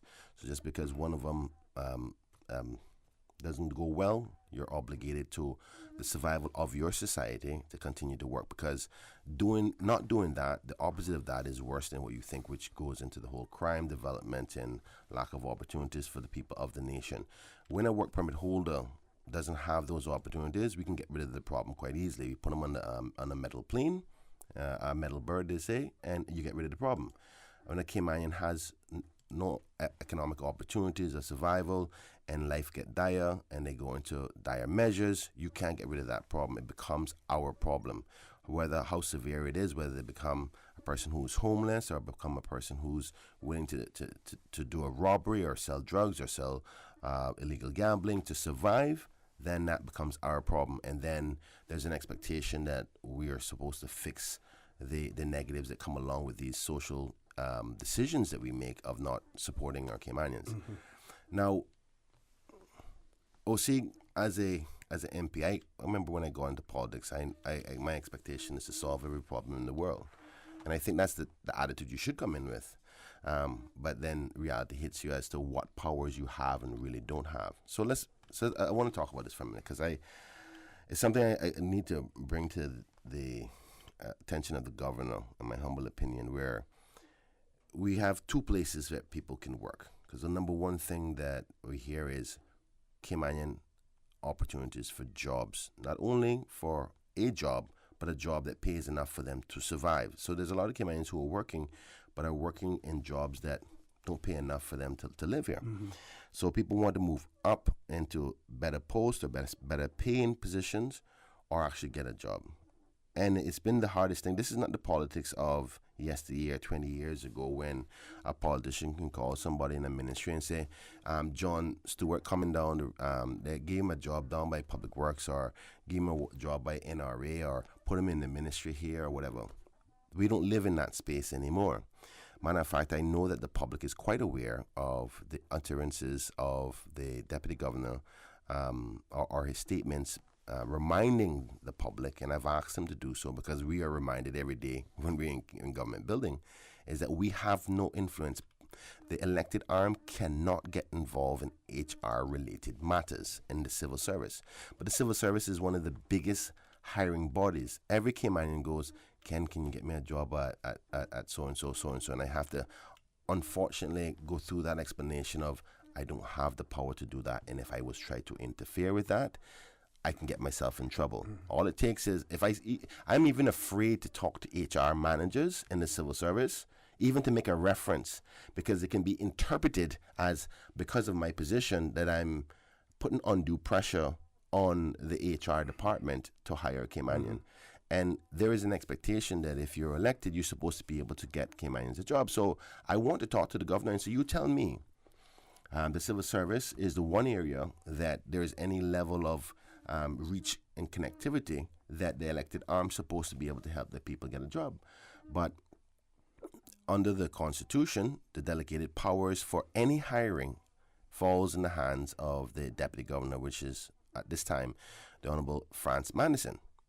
So, okay, I can't interfere with civil service. So the only other place they can go is private sector. And this is why I'm so adamant about immigration reform, because in the private sector, we're saying that we can't dictate, this is the feedback you get, you can't dictate to an employer who they should be able to hire and who they shouldn't be able to hire.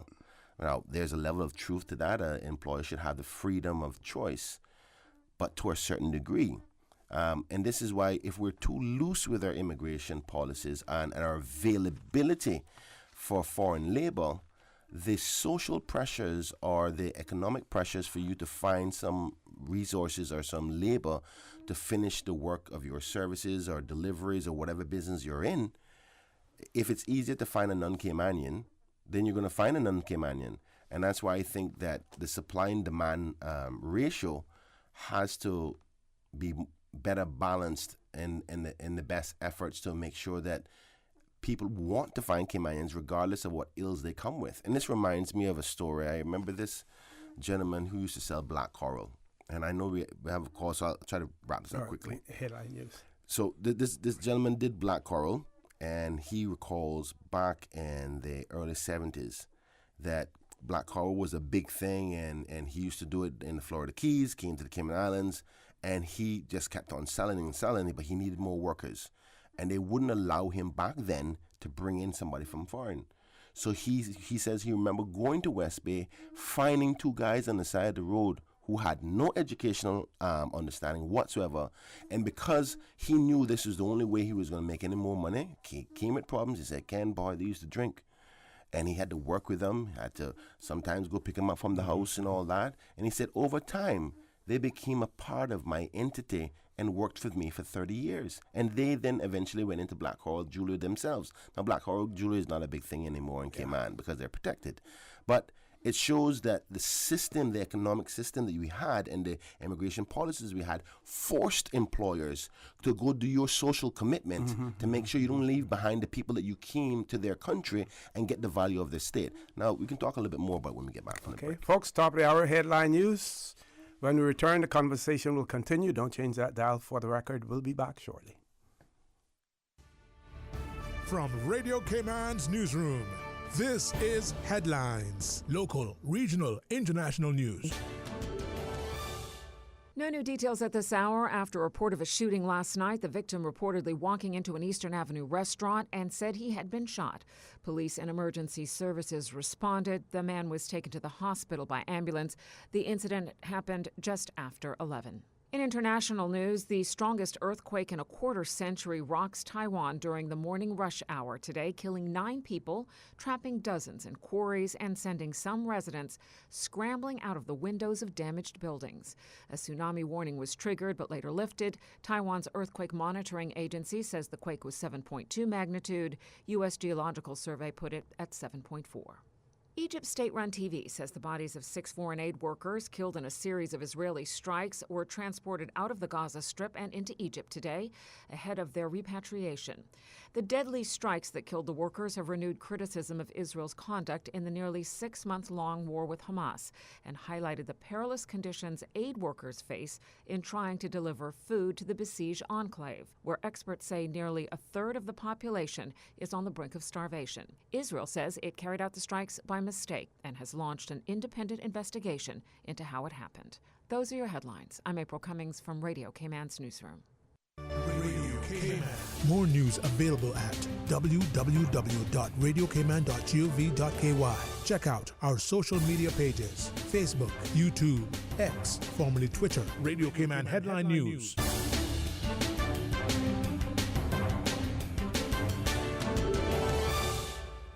When you have a sports or fitness-related injury, trust the expertise of the HSA Sports and Exercise Medicine Clinic to get you back in the game. Our internationally trained and certified physicians specialize in sports traumatology, sports medicine, pain management, and orthopedic surgery. For treatment of common injuries such as tendonitis, arthritis, tennis elbow, rotator cuff, or knee tears, schedule a consultation with the Sports and Exercise Medicine Clinic at Smith Road Medical Center by calling 949-8600 or visit hsa.ky for more information.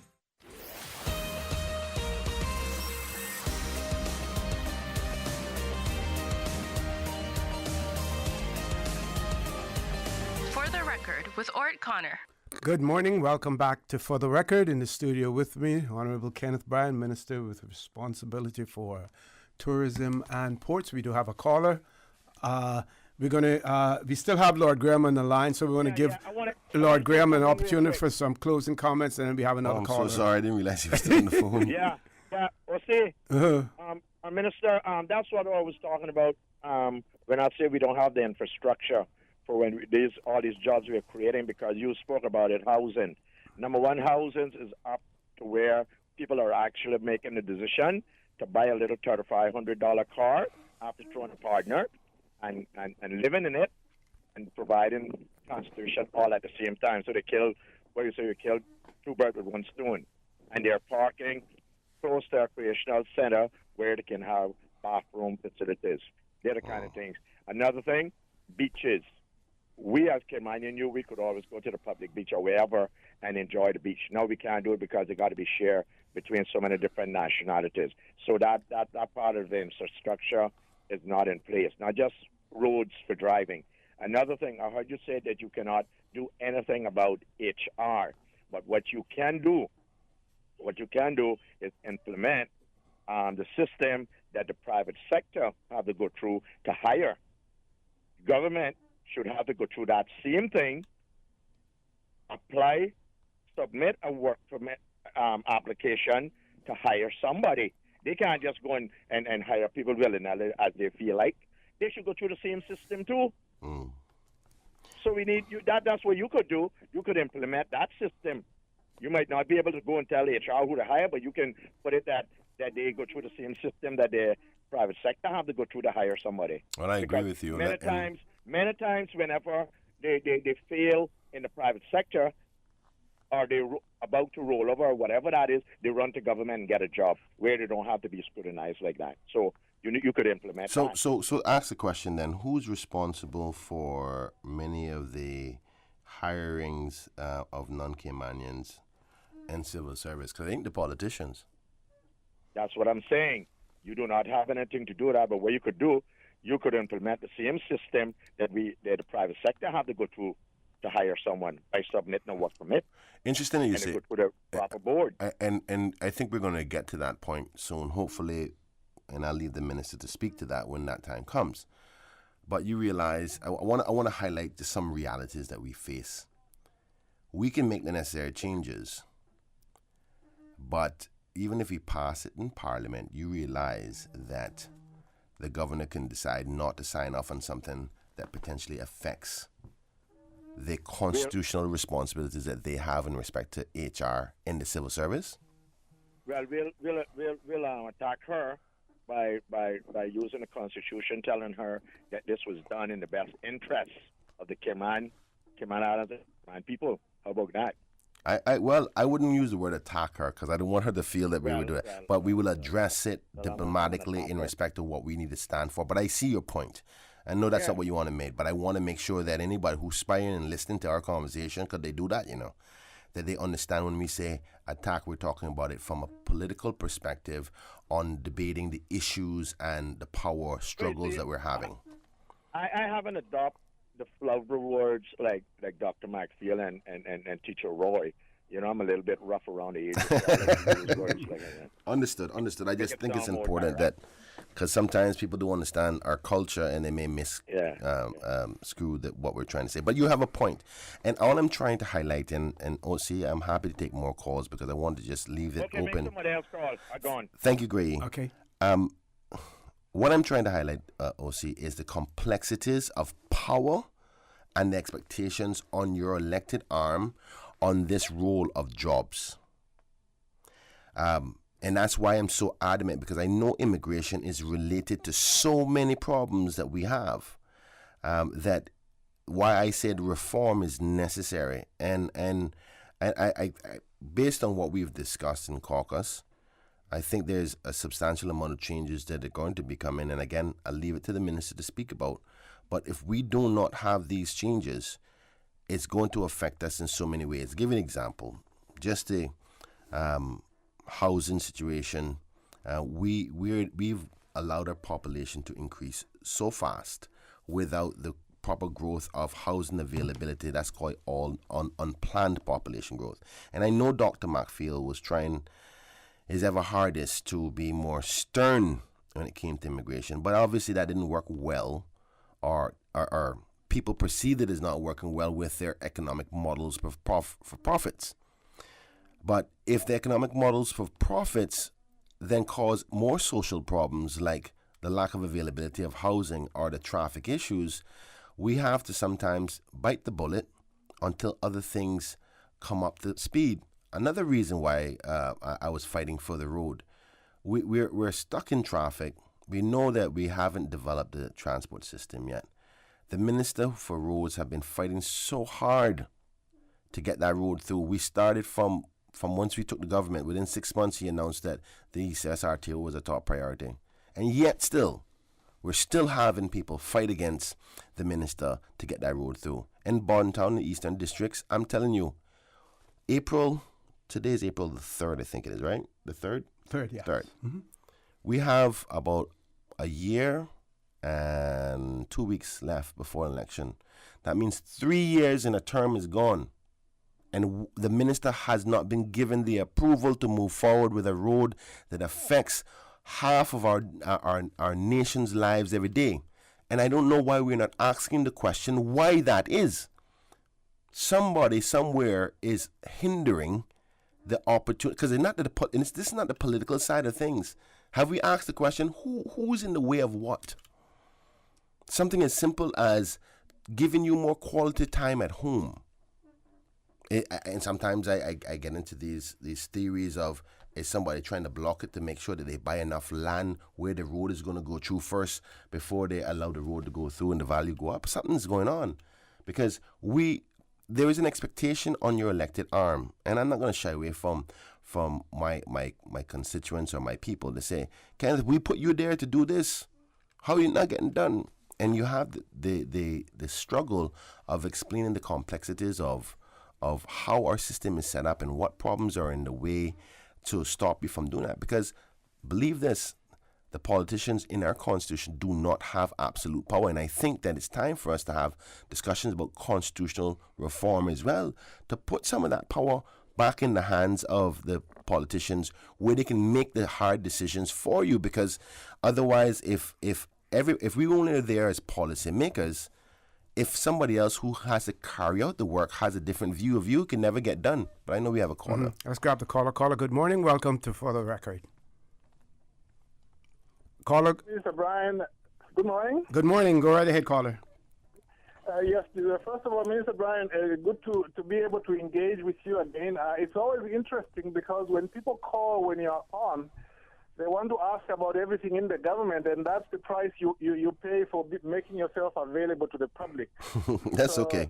Now, I will abuse that as well.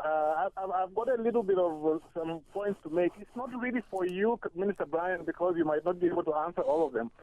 But I think I'm always interested in this topic because many years ago I tied my destiny to Caymanians and ended up the price that they all pay. So I'm always interested in this topic. It's very interesting that Lord Graham said something about work permits, saying that the government should also require work permits. It's very interesting because I've never really thought of that. And I think it is very interesting that that's a proposal that they should also have to go through a certain screening mechanism. And I think that's a very good idea because I can tell you when I was in government, there were a few people I knew by name who got actually hired without even an advertisement. So that in addition to everything else, there was a violation of the Public Service Management Law. You see, there are problems in government also regarding other policies.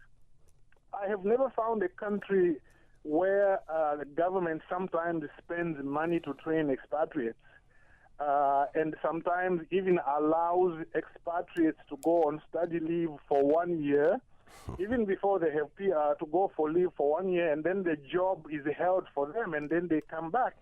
I've never encountered that because I was brought up in a system where it was said very clearly, an expatriate comes because they know the job, they could teach us the job or just do the job, but they don't come to learn.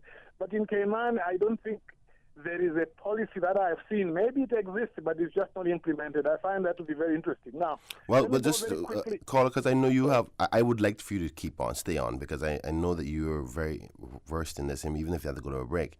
The simple answer to that is outside of our control.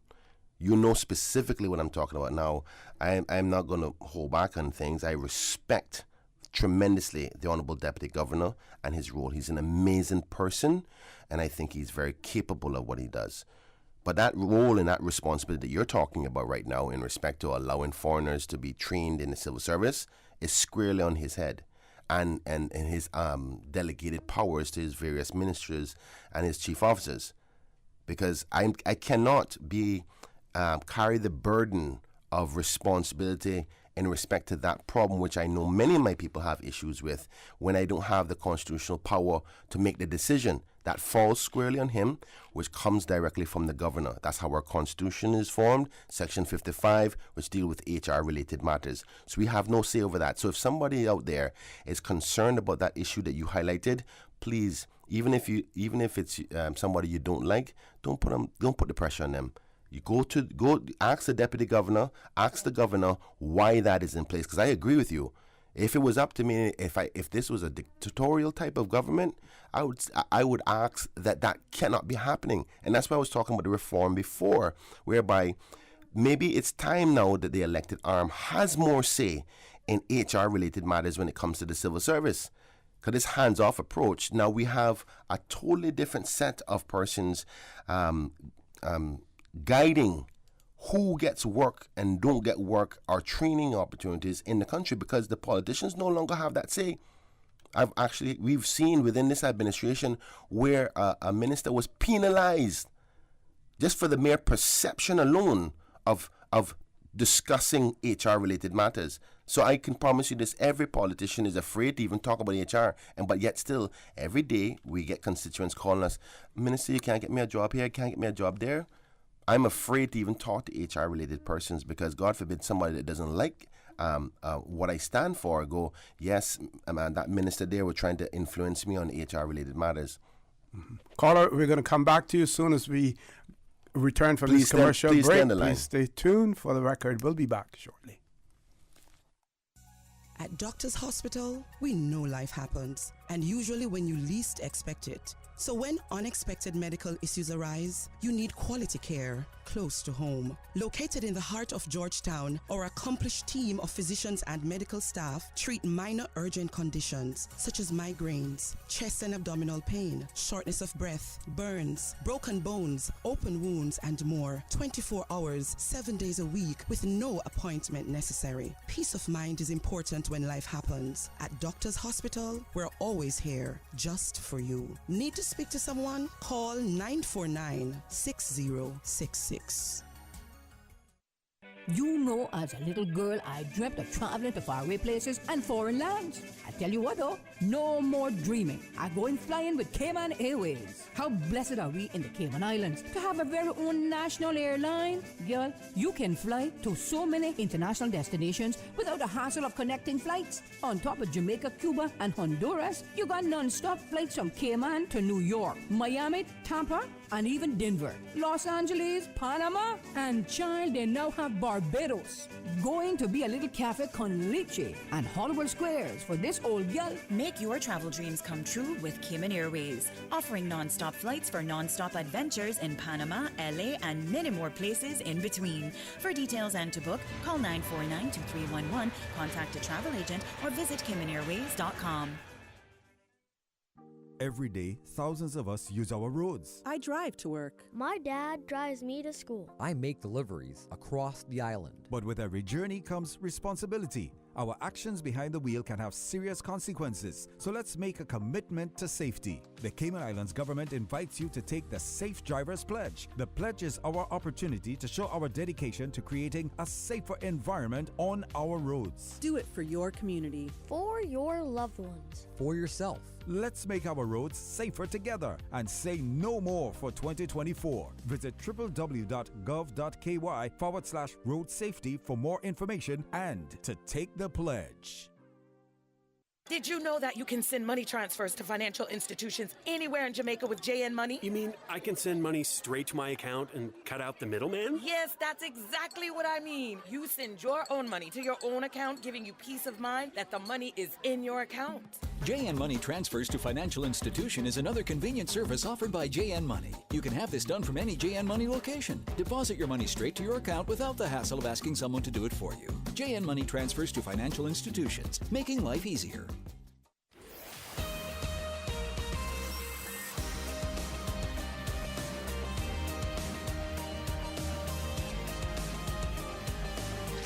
Record with Orrett Connor. Good morning. Welcome back to For the Record. We have two other callers on hold. We still have one caller that is conversing with us. Caller, go right ahead. Yes, thanks very much. I'll try to finish off quickly. Now, Minister Bryan, you are absolutely right that you have to separate between the hiring powers and those of policy. But that's exactly where the solution also is. Even without amending the law at the moment, Cabinet can sit down and lay down a policy to say that we are not going to use government money to train an expatriate. We are not going to allow an expatriate to go on study leave. Those can be done even as it is. Regarding the policy, Cabinet, again, even as it is, I've talked to OC about this on the air before. Cabinet can say, Governor, please give us some targets you want to meet in terms of hiring Caymanians, and we will give you the money that you need. We won't tell you who to hire, but we want certain targets to be met, and they can do that. And I really like what Lord Graham also suggested when he said that even in government, they themselves should go through a certain screening mechanism.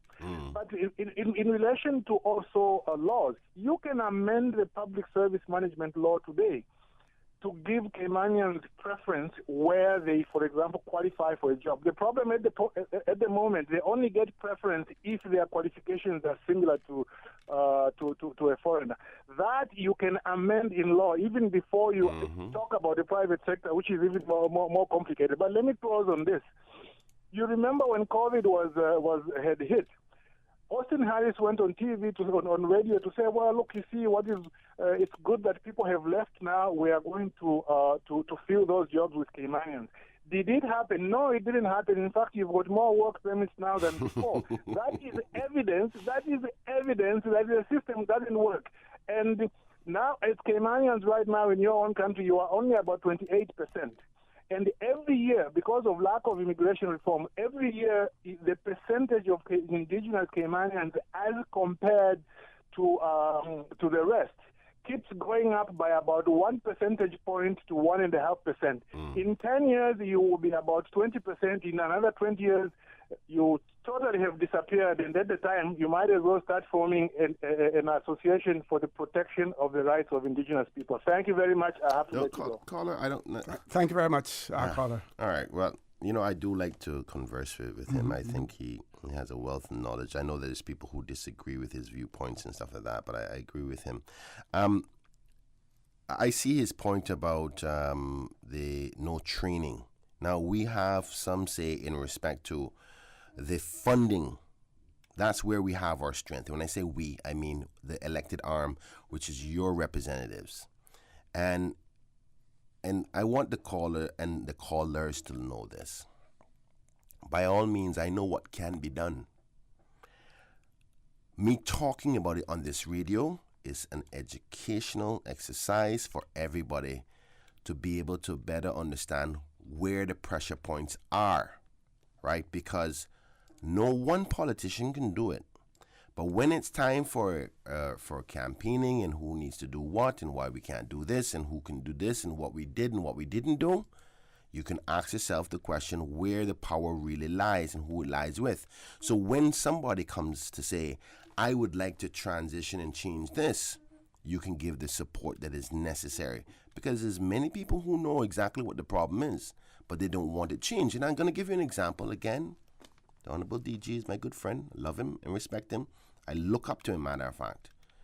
But the reality is, unless that power is shared with the people's representative, the deputy governor and the governor's office cannot, in my humble opinion, have sole power.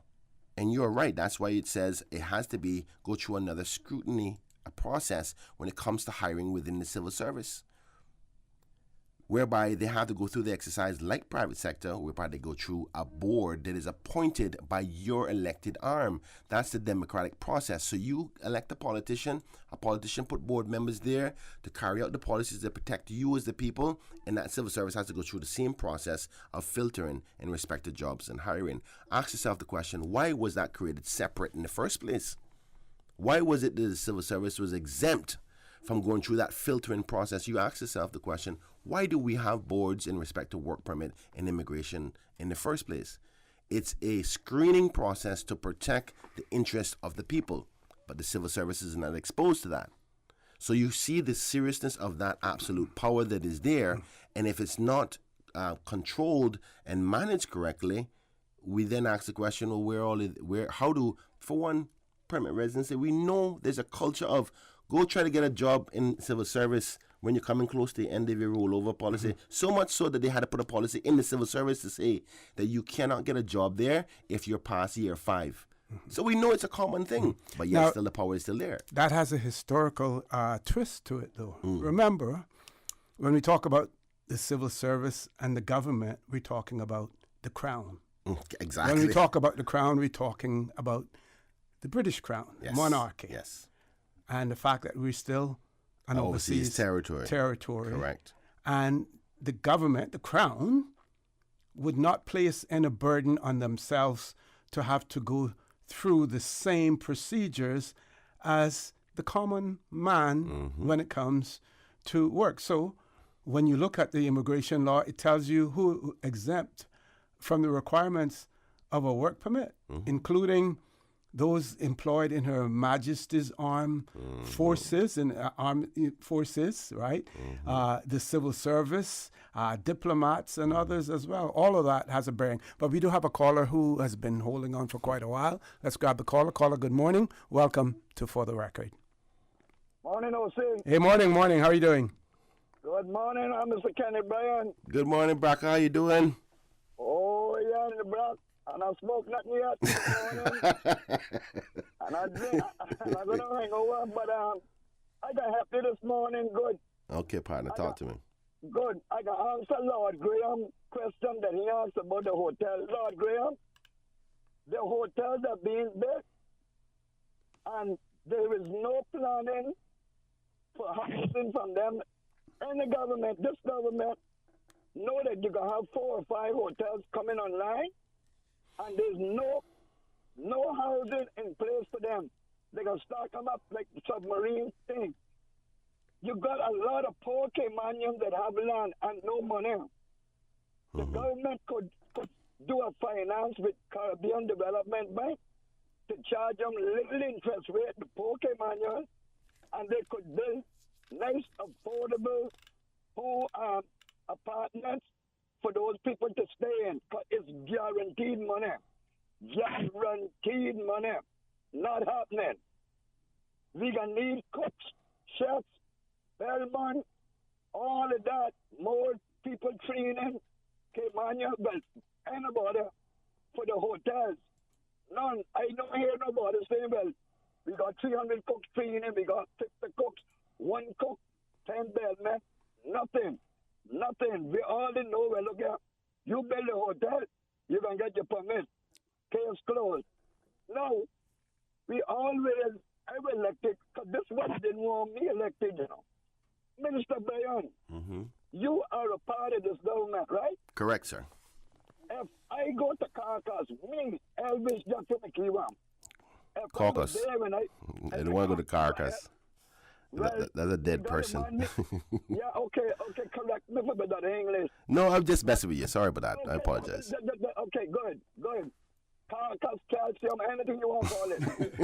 When I have the meeting, okay, if Elvis Jeffrey McKeewa was there, and his 6-7 was there, and I want something for my people, for the Cayman Island people, and somebody there kicking against it, I come and say, you know what, I can't get it. Kenneth Bryan doing it. This one doing it, that one doing it, that's why you can't get it. And don't tell me that can't be done. No, about the road problem, I had 17 guys working for me and I had 2 trucks. I got my own guys to work. Listen to me, if you want a construction license in the Cayman Islands, you have to find transportation for them, or you will not get a license, right? And there is no part of this law that says that you can't put in place today. Carcass can say, look out, no one on immigration papers can get a vehicle. Can't import a vehicle. You, and the person that is in charge of you have to find transportation for you to get to work. Tell me something. Don't we find transportation for our children to get to school? Yeah. The same thing can happen, but look here. Where there is no will, there is no way. And we can, you know something that I find with our politicians? I mean, this we always have an excuse why we can't get it done. There's always an excuse. But when we want to block something or block certain people, we can get that done. Now, coming back to my side of the story now again, is anything in the Constitution that said that you guys can't go in the Parliament today and say we expunging or whatever you call it, all of the Caymanian that got a little record for a little bit of ganja? Why? What we go to England for that too, I guess not? No. Actually, I'd be happy to tell you this, that there is a proposal that is coming that is in draft form now to bring to Parliament to further expand on the expungement, particularly when it comes to small quantities of marijuana. I agree with you wholeheartedly that, like even in the past, before the law came into play, that those type of things up to a certain amount, and I can't remember what the proposal is, that there shouldn't even be something on the record. So we're making the right adjustments for that. I want to go as far as decriminalizing it altogether. But, you know, this is a democracy. I'm only one of 11 members of government. So, but you'll hear some more positive news, and I'll leave that to the Premier and the Deputy Governor's Office, which deals with the rehabilitation legislation and the expungement legislation to announce. Yes, sir. Kenneth, yes. Let me ask you something now. We got legal medical marijuana, right? Did we have to go through a referendum for that? No. So if we don't have to go through a referendum for decriminalizing ganja? No, we do not. We do not have to go through a referendum for gambling. No, we do not. We don't have to do. We don't have to do any of those things. We can. And you can talk after that. Sorry.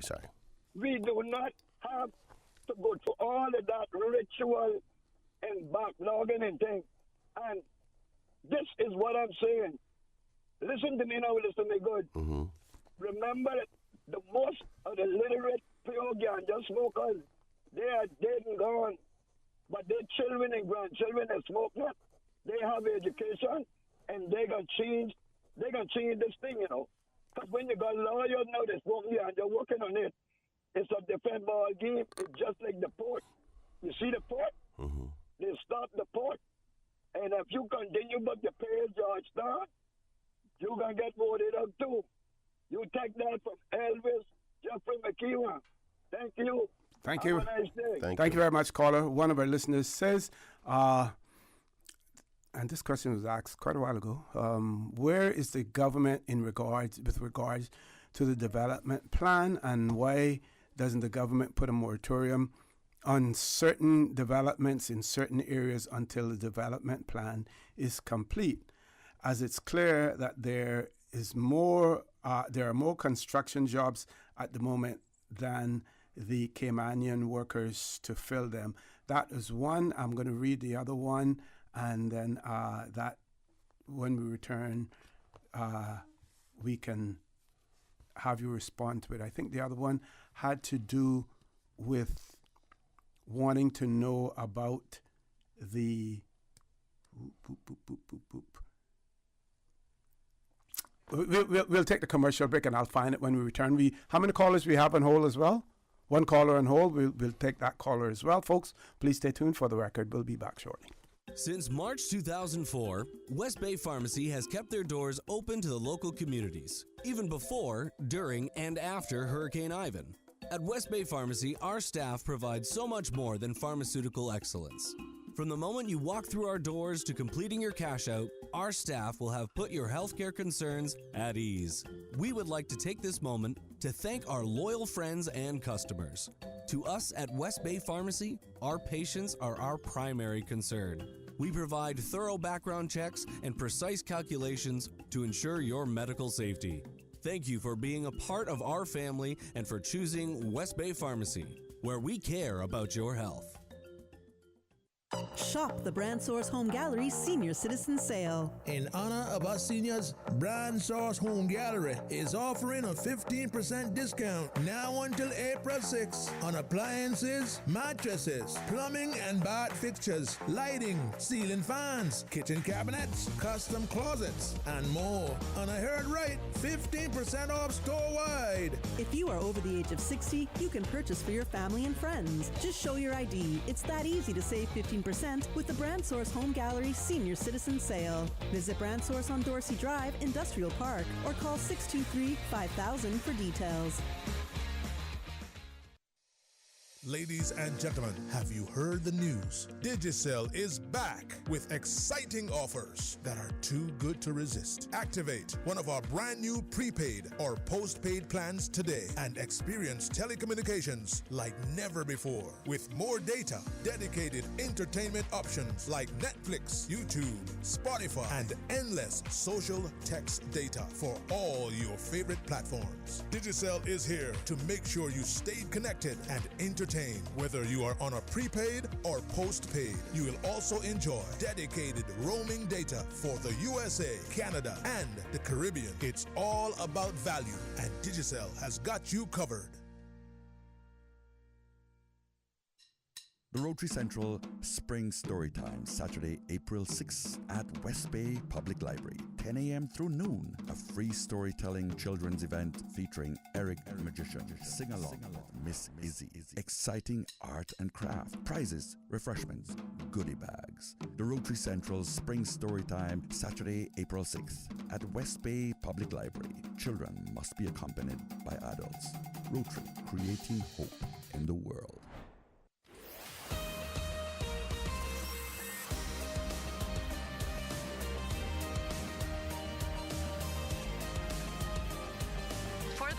With Orrett Connor.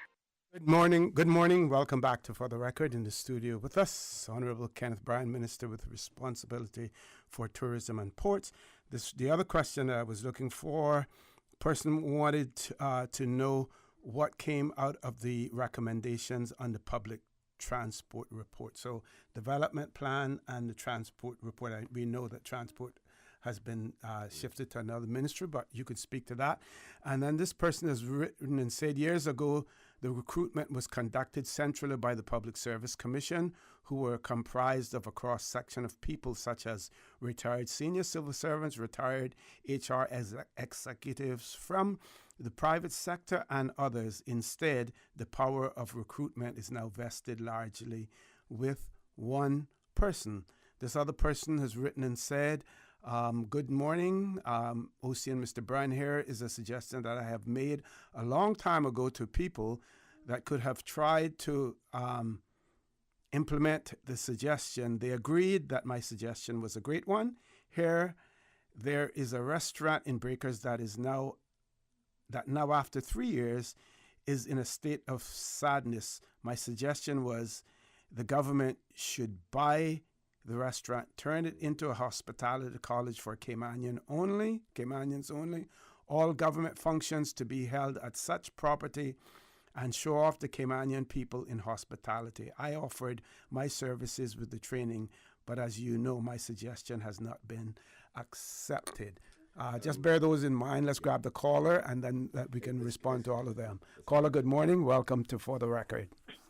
Hello, good morning. Good morning. Mr. Connor and Minister Bryan. Good morning. I have a few points. I can see you smiling.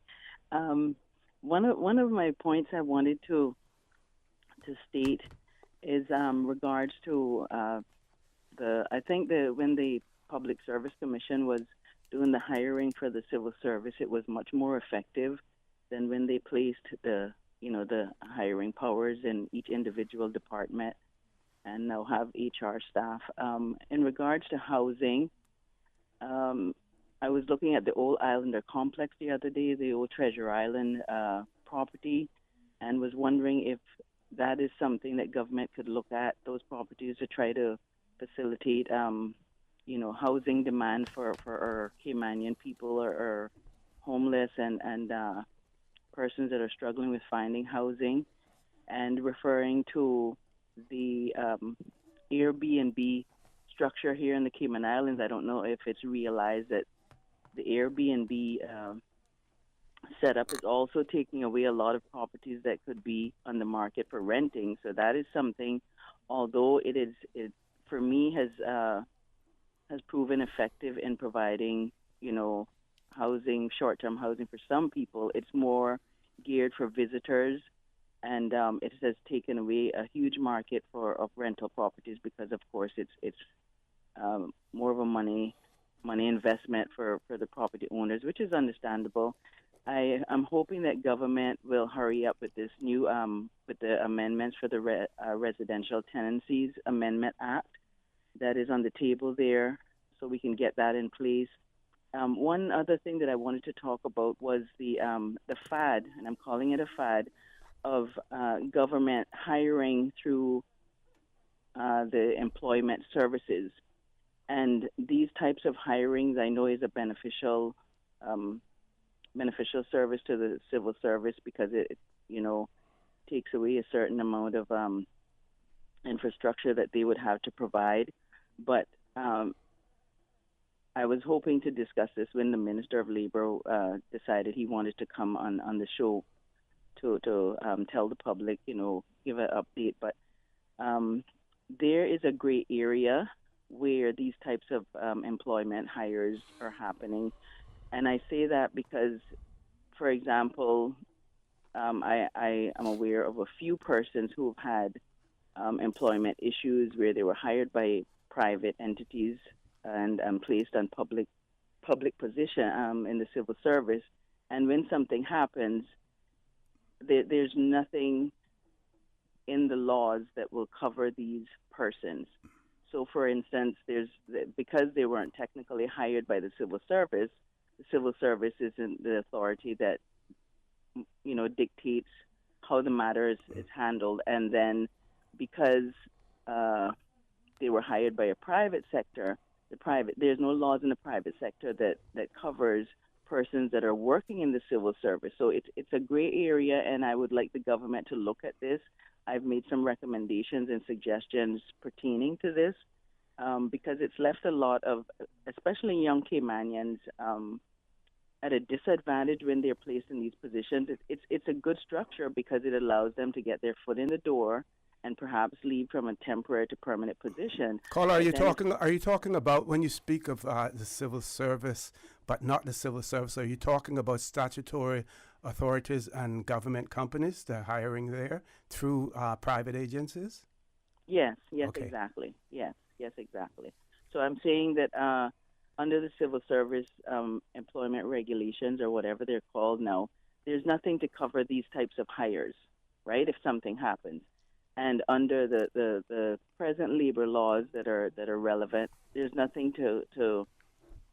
there's nothing either to cover these types of hires if something happens. So these persons kind of fall in the middle and have no recourse besides going to the ombudsman office. And of course, that is a tedious process. That process also needs to be revamped because it's really too technical. I've had people coming to me about that process, going through the ombudsman.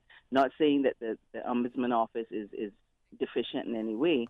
I'm just saying the process as it's set up by law is another thing that needs to be explored. But those are pretty much my points that I wanted to make this morning. I know the minister doesn't cover some of those areas, but I wanted to get those aired out so they can be considered. Thank you very much, caller. Thank What you. we're going to do is we're going to take the commercial break now, so that when we return, we can go right straight through until 10 o'clock. We may have a voice note as well, possibly. Do we? Well, I really need to get a chance to okay. respond to some of these things. Because So what we're going to do is we're going to close the phone lines off now to give you an opportunity to respond as well. Folks, please stay tuned for the record. We'll be back shortly. West Bay Pharmacy in Centennial Towers, a compounding story. I don't think people realize how pain creeps into your life. It has a way of robbing your strength. I really don't like taking prescription medication orally. West Bay Pharmacy in Centennial Towers. They understand. When it comes to compounded medication, it's personal. So whenever there's a problem with some medication or treatments that's not working right, then a physician will call me and say, hey, they're having bad side effects from this medication. Compounding pain cream changed the game. Made special for me. Significant pain relief in the form of a cream. That is a new experience for me. It's changed his life. It worked. Ask your pharmacist or healthcare provider about compounding at West Bay Pharmacy in Centennial Towers. Call 914-6449. You know, as a little girl, I dreamt of traveling to faraway places and foreign lands. I tell you what though, no more dreaming. I'm going flying with Cayman Airways. How blessed are we in the Cayman Islands to have a very own national airline? Girl, you can fly to so many international destinations without the hassle of connecting flights. On top of Jamaica, Cuba, and Honduras, you got non-stop flights from Cayman to New York, Miami, Tampa, and even Denver, Los Angeles, Panama, and child, they now have Barbados. Going to be a little cafe con leche and Hollywood Squares for this old gal. Make your travel dreams come true with Cayman Airways, offering non-stop flights for non-stop adventures in Panama, LA, and many more places in between. For details and to book, call 949-2311, contact a travel agent, or visit CaymanAirways.com. Every day, thousands of residents use our roads, and every journey requires responsibility. Our actions behind the wheel can have serious consequences. So let's make a commitment to safety. The Cayman Islands government invites you to take the Safe Drivers Pledge. The pledge is our opportunity to show our dedication to creating a safer environment on our roads. First, visit gov.ky/road safety/pledge. Read and check all the boxes, fill in your name, and click submit. It's that easy. Let's make our roads safer together and say no more for 2024. Visit www.gov.ky/road safety for more information and to take the pledge.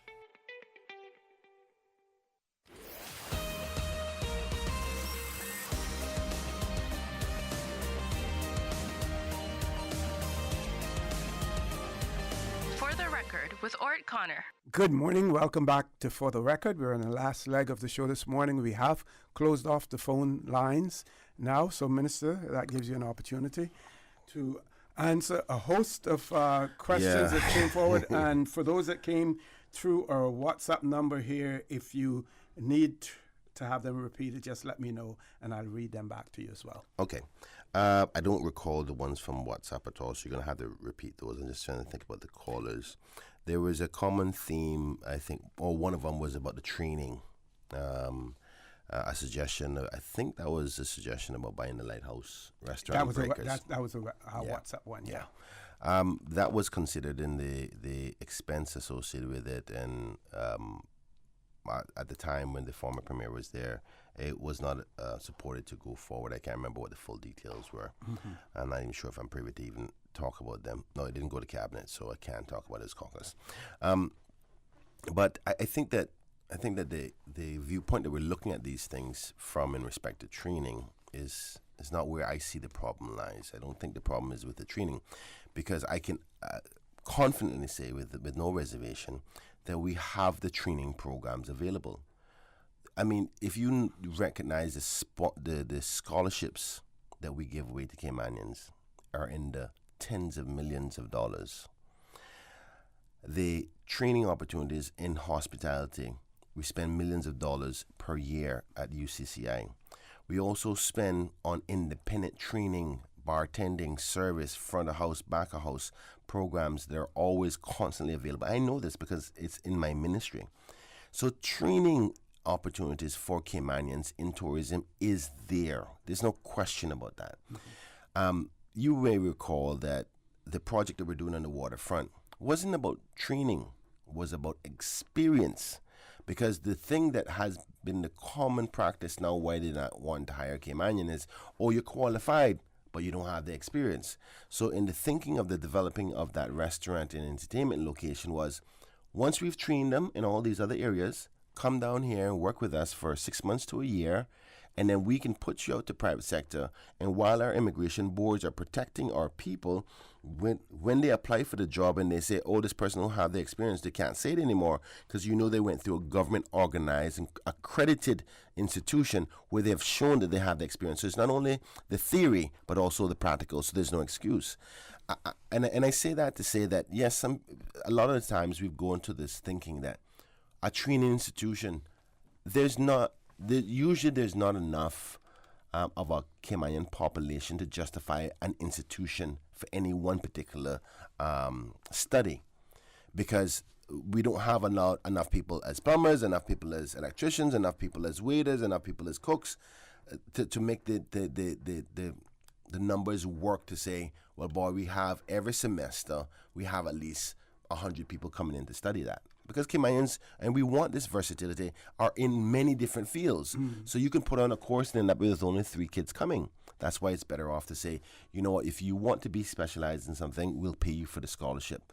The courses that we have at UCCI are entry level into tourism, and usually they get a good population of people because they can get into various different forms of tourism. So my point is, training is not the problem. It's convincing the employer, either voluntarily or by pressure through the immigration process, to hire our people. It's as simple as that. Because I, as the Minister of Tourism, granted there are certain skill sets that you need for certain positions, but I've never been trained in tourism before. And I used to be a bartender. I was at front of the front desk at the Marriott Hotel. I worked in nightclubs. I worked in bars on the beach. And that's a lot of people don't know this, but one of the reasons why I was chosen amongst the group that night when we were forming the government is because I used to work in the tourism industry. And I never trained one day in my life. And I'm 43 today, but when I was working at the Marriott, it was 23 years ago. And I just came in with the experience. I had an associate's degree, and then I had a great personality. And they took the chance and said, you know what, based on my interview, don't worry, we'll give you 2 weeks for the training. I was at the front desk checking people in. So this element that I have to be honest with my people here. This is not about training Caymanians. This is about employers doing their social responsibility to make sure that the people of this nation upon which you make your revenues and your profits get their fair share of opportunity. And it's as simple as that. Now, don't get me wrong. I don't want employers to think that I don't recognize there is 2, 3, 5% of people who just mess it up for everybody else. You get them a job, they don't come and show up. You get them another job, some other excuse come up. But you know what? That cannot be the excuse that you make to not give the young Caymanian who's gone off to college, come back home, want a job, and they see a foreigner in the post that they can do the job for. You have a moral obligation. If you do not make our young people get work, you're going to have to bar up your houses and your restaurants and your condos and everything else. Don't we not see that? Now, granted, you will always have that small percentage of people who just don't want to do no better. And we will continue to do that based on our social responsibility, being our brothers and sisters keeper, doing it through our churches, doing it through our drug programs and so forth, to try to mold those persons into being better citizens. Every country in the world has that percentage of people. So don't make those be the excuse. But there's too many genuine situations where the government uses your taxpayers' money to send off our children to train, to get an education, for university to come back home and sit down and do what? When the parents are already working, have not enough money to pay the mortgage and feed the child that has been educated, but still the industry does not want to give them an opportunity. This is why I'm so stern on immigration, OC, because this boils down to supply and demand. As long as you have that tap open for foreign labor, they will have no incentive to look at your child who just came away from university, or look at that Caymanian who has had 20 years of experience working somewhere else, because they know they can get it somewhere else. I tell you the truth. If I was in charge of immigration, and I'd be in a mess, I tell you that, because this has to stop. The culture has to stop. What I mean by that is, granted, don't get me wrong, we have an economy that is bigger than our population, and it needs the labor resources to flourish, but not at the expense of those who are indigenous to this country. it's a recipe for disaster, regardless of whether I am here or not, come 2025 or 2029 or 2033. It doesn't matter. The fact is that this model that we're using, I'm so tired of seeing my people in a derelict situation.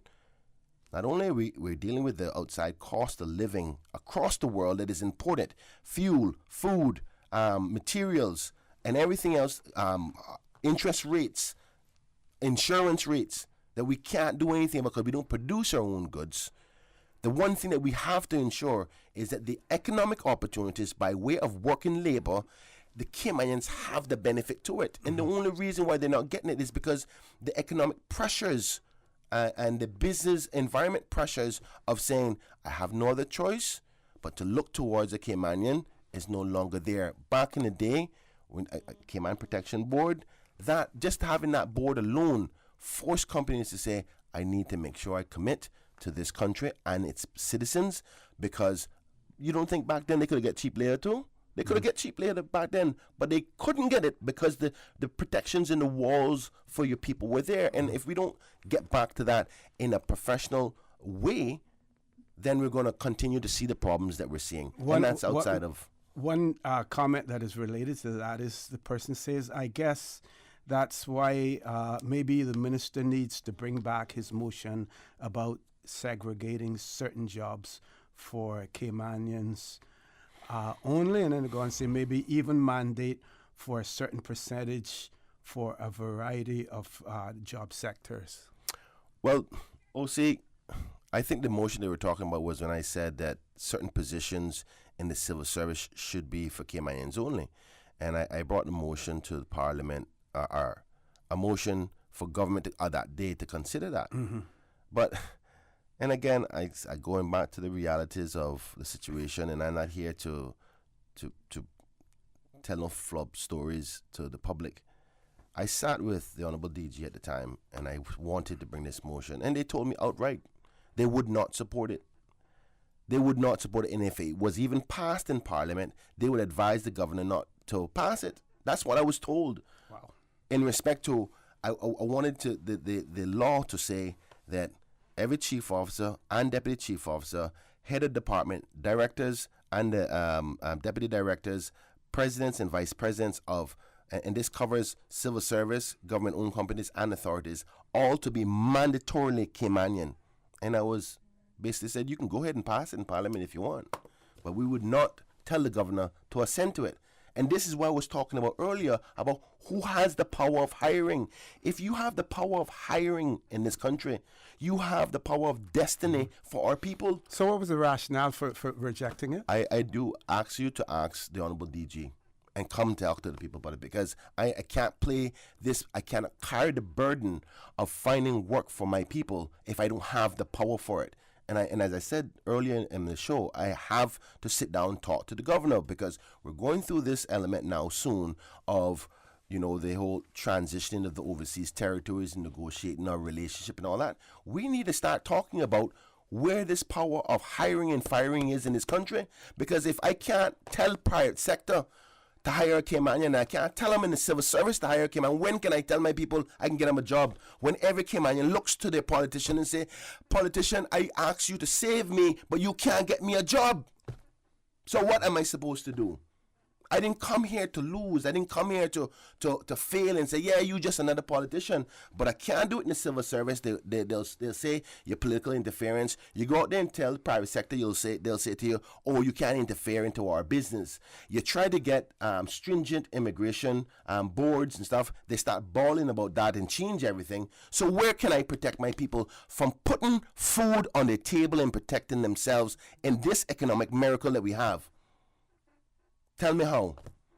The Constitution is going to have to change where the power lies back in the democratic hands of the people. And whether you like it or not, the current elected 19 members are the representative of the voice of the people through the democratic process. Now, it doesn't have to be me. One of our listeners, and this actually came in earlier, and you just hit the nail right on the head. This person says, all democracies work that way. No politician has authority over the civil service. But you're not asking to have. I'm not asking to have authority. I agree with the point is that if you had absolute power as elected members, then people get tempted to, well, I want to hire who supports me and who don't support me. But you can't have the absolute the other way either. You want to be able to at least open the door. At least open the door of discussion to say, well, listen, do we have a shared responsibility in this then? Because if I can't, there's too many times I've sit down and I said, well, hold on now, why you couldn't hire that Caymanian? Or who this is that come inside here? As many people as I know in my constituency or across the Cayman Islands that need a job and that person come in, either whether it's a government-owned company, whether it's an authority or a civil service. Because I can't go out to the private sector and say it to them. I can't go out to Ernst & Young or Burger King or anywhere else and say, you can't do this. They're telling me we can't do that. So where can we dictate? And this is where I said, from an immigration perspective, which is the gates into our society and our economic miracle that we have here, that's the borderline. That's why they call it border control. If we can't have a stronger door, they're just going to flood it. Mm-hmm. One more WhatsApp message before your closing comments. This person says, I agree with the Minister of Tourism regarding training and employers not employing Caymanians. There are Caymanians who have a passion for the hospitality industry, love to work shifts, weekends, holidays, and are excellent workers, but are pushed out of the industry because of the inadequate pay and lack of opportunity to move up due to the positions being given to expatriates. And they go on to say that they even know of institutions that have refused Caymanians or refused to employ Caymanians because they can only work part-time as well. OC, I'm going to wrap it up because I know it's 10 o'clock now, right? But to say this, my whole point that I want everybody to take away from this, right, is because it's a multifaceted problem or issue, there's no perfect answer. But there's one thing that has to change, and it's the culture. There's no longer an appetite or feeling of having to be concerned of the Caymanian component of things. People are no longer afraid. OC, when you were in charge of immigration, I remember seeing people run from you. When the word immigration came up, people were frightened. Not only the employees, the employers too, because you were coming for them. And that fear protected our people for the economic opportunities of jobs in this country. And not only jobs, but the succession into a company going up the ranks. So you're not talking about only unemployed persons. We're talking about a Caymanian who's been in a company for 10, 15 years, but now needs to move up the ranks and be the manager, the general manager, who's protected as well. That fear is no longer there. People don't fear any protections for Caymanians. And until that changes, it's not about not giving you the adequate labor that you may need. There will be times you need outside labor. But people need to fear in this country that Caymanians come first, whether you like it or not. If you don't like it, then maybe this is not the place for you. Okay. Simply put. Okay. Any further closing comments? OC, sorry that I went down that direction. That's but, okay. From a positive perspective, our amazing young people coming back for track and field and swimming for the Carifta Games. There's a flight for the track and field that comes back on JetBlue this morning at 10:25, so I'm going to be heading straight to the airport. If you have any free time and you just want to send some love and some encouragement to these young people, come on down. We're going to be at the arrival gate, the arrival area, and welcoming them back home. Also this evening on the British Airways flight at 4:10 p.m., the swimmers come in with 23 members of the team. They did an excellent job over there in Bahamas with loads and loads of medals. And I just think we need to support our young people. Come on down, show them some love, even if that means you have nothing to do with sports. If you just want to show our next generation some support, come on down and cheer them on. I congratulate them and their parents and for all the hard work they've done. They truly have made Cayman proud. God bless you. Thank you for having me on the show. Hopefully I'll be back soon. And for those who called in and messaged in, thank you for the conversation. I appreciate it. Sometimes we might not all agree, but I appreciate the communications and respect to the talk show. And today, I want to encourage everyone to join Sterling Dweeny Banks at 12:15 for Talk Today. On Friday, we will have Minister J.E. Banks in the studio with us starting at 8:15 in the morning as well. So if you have any questions, comments, send them to us in advance as well. Always what they say, the early bird catches the first the worm as well. So folks, have a great day. And as usual, we ask the good Lord to bless these three beautiful, wonderful Cayman Islands. For the record, proudly brought to you by Brand Source Home Gallery, inspiring luxury, and JN Money. From abroad to yard. Fast, affordable, convenient. Doctor's Hospital. Peace of mind is important when life happens. Doctor's Hospital, always there for you. Call 949-6066. And Cayman Airways. Call them on 949-2311 to book your nonstop flights to Los Angeles and Panama. And now, Barbados. And Digicel, Cayman's bigger, better network.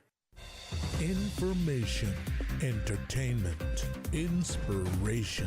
Covering Grand Cayman, Little Cayman, Cayman Brac. Since 1976 till now. Radio Cayman in the Cayman Islands.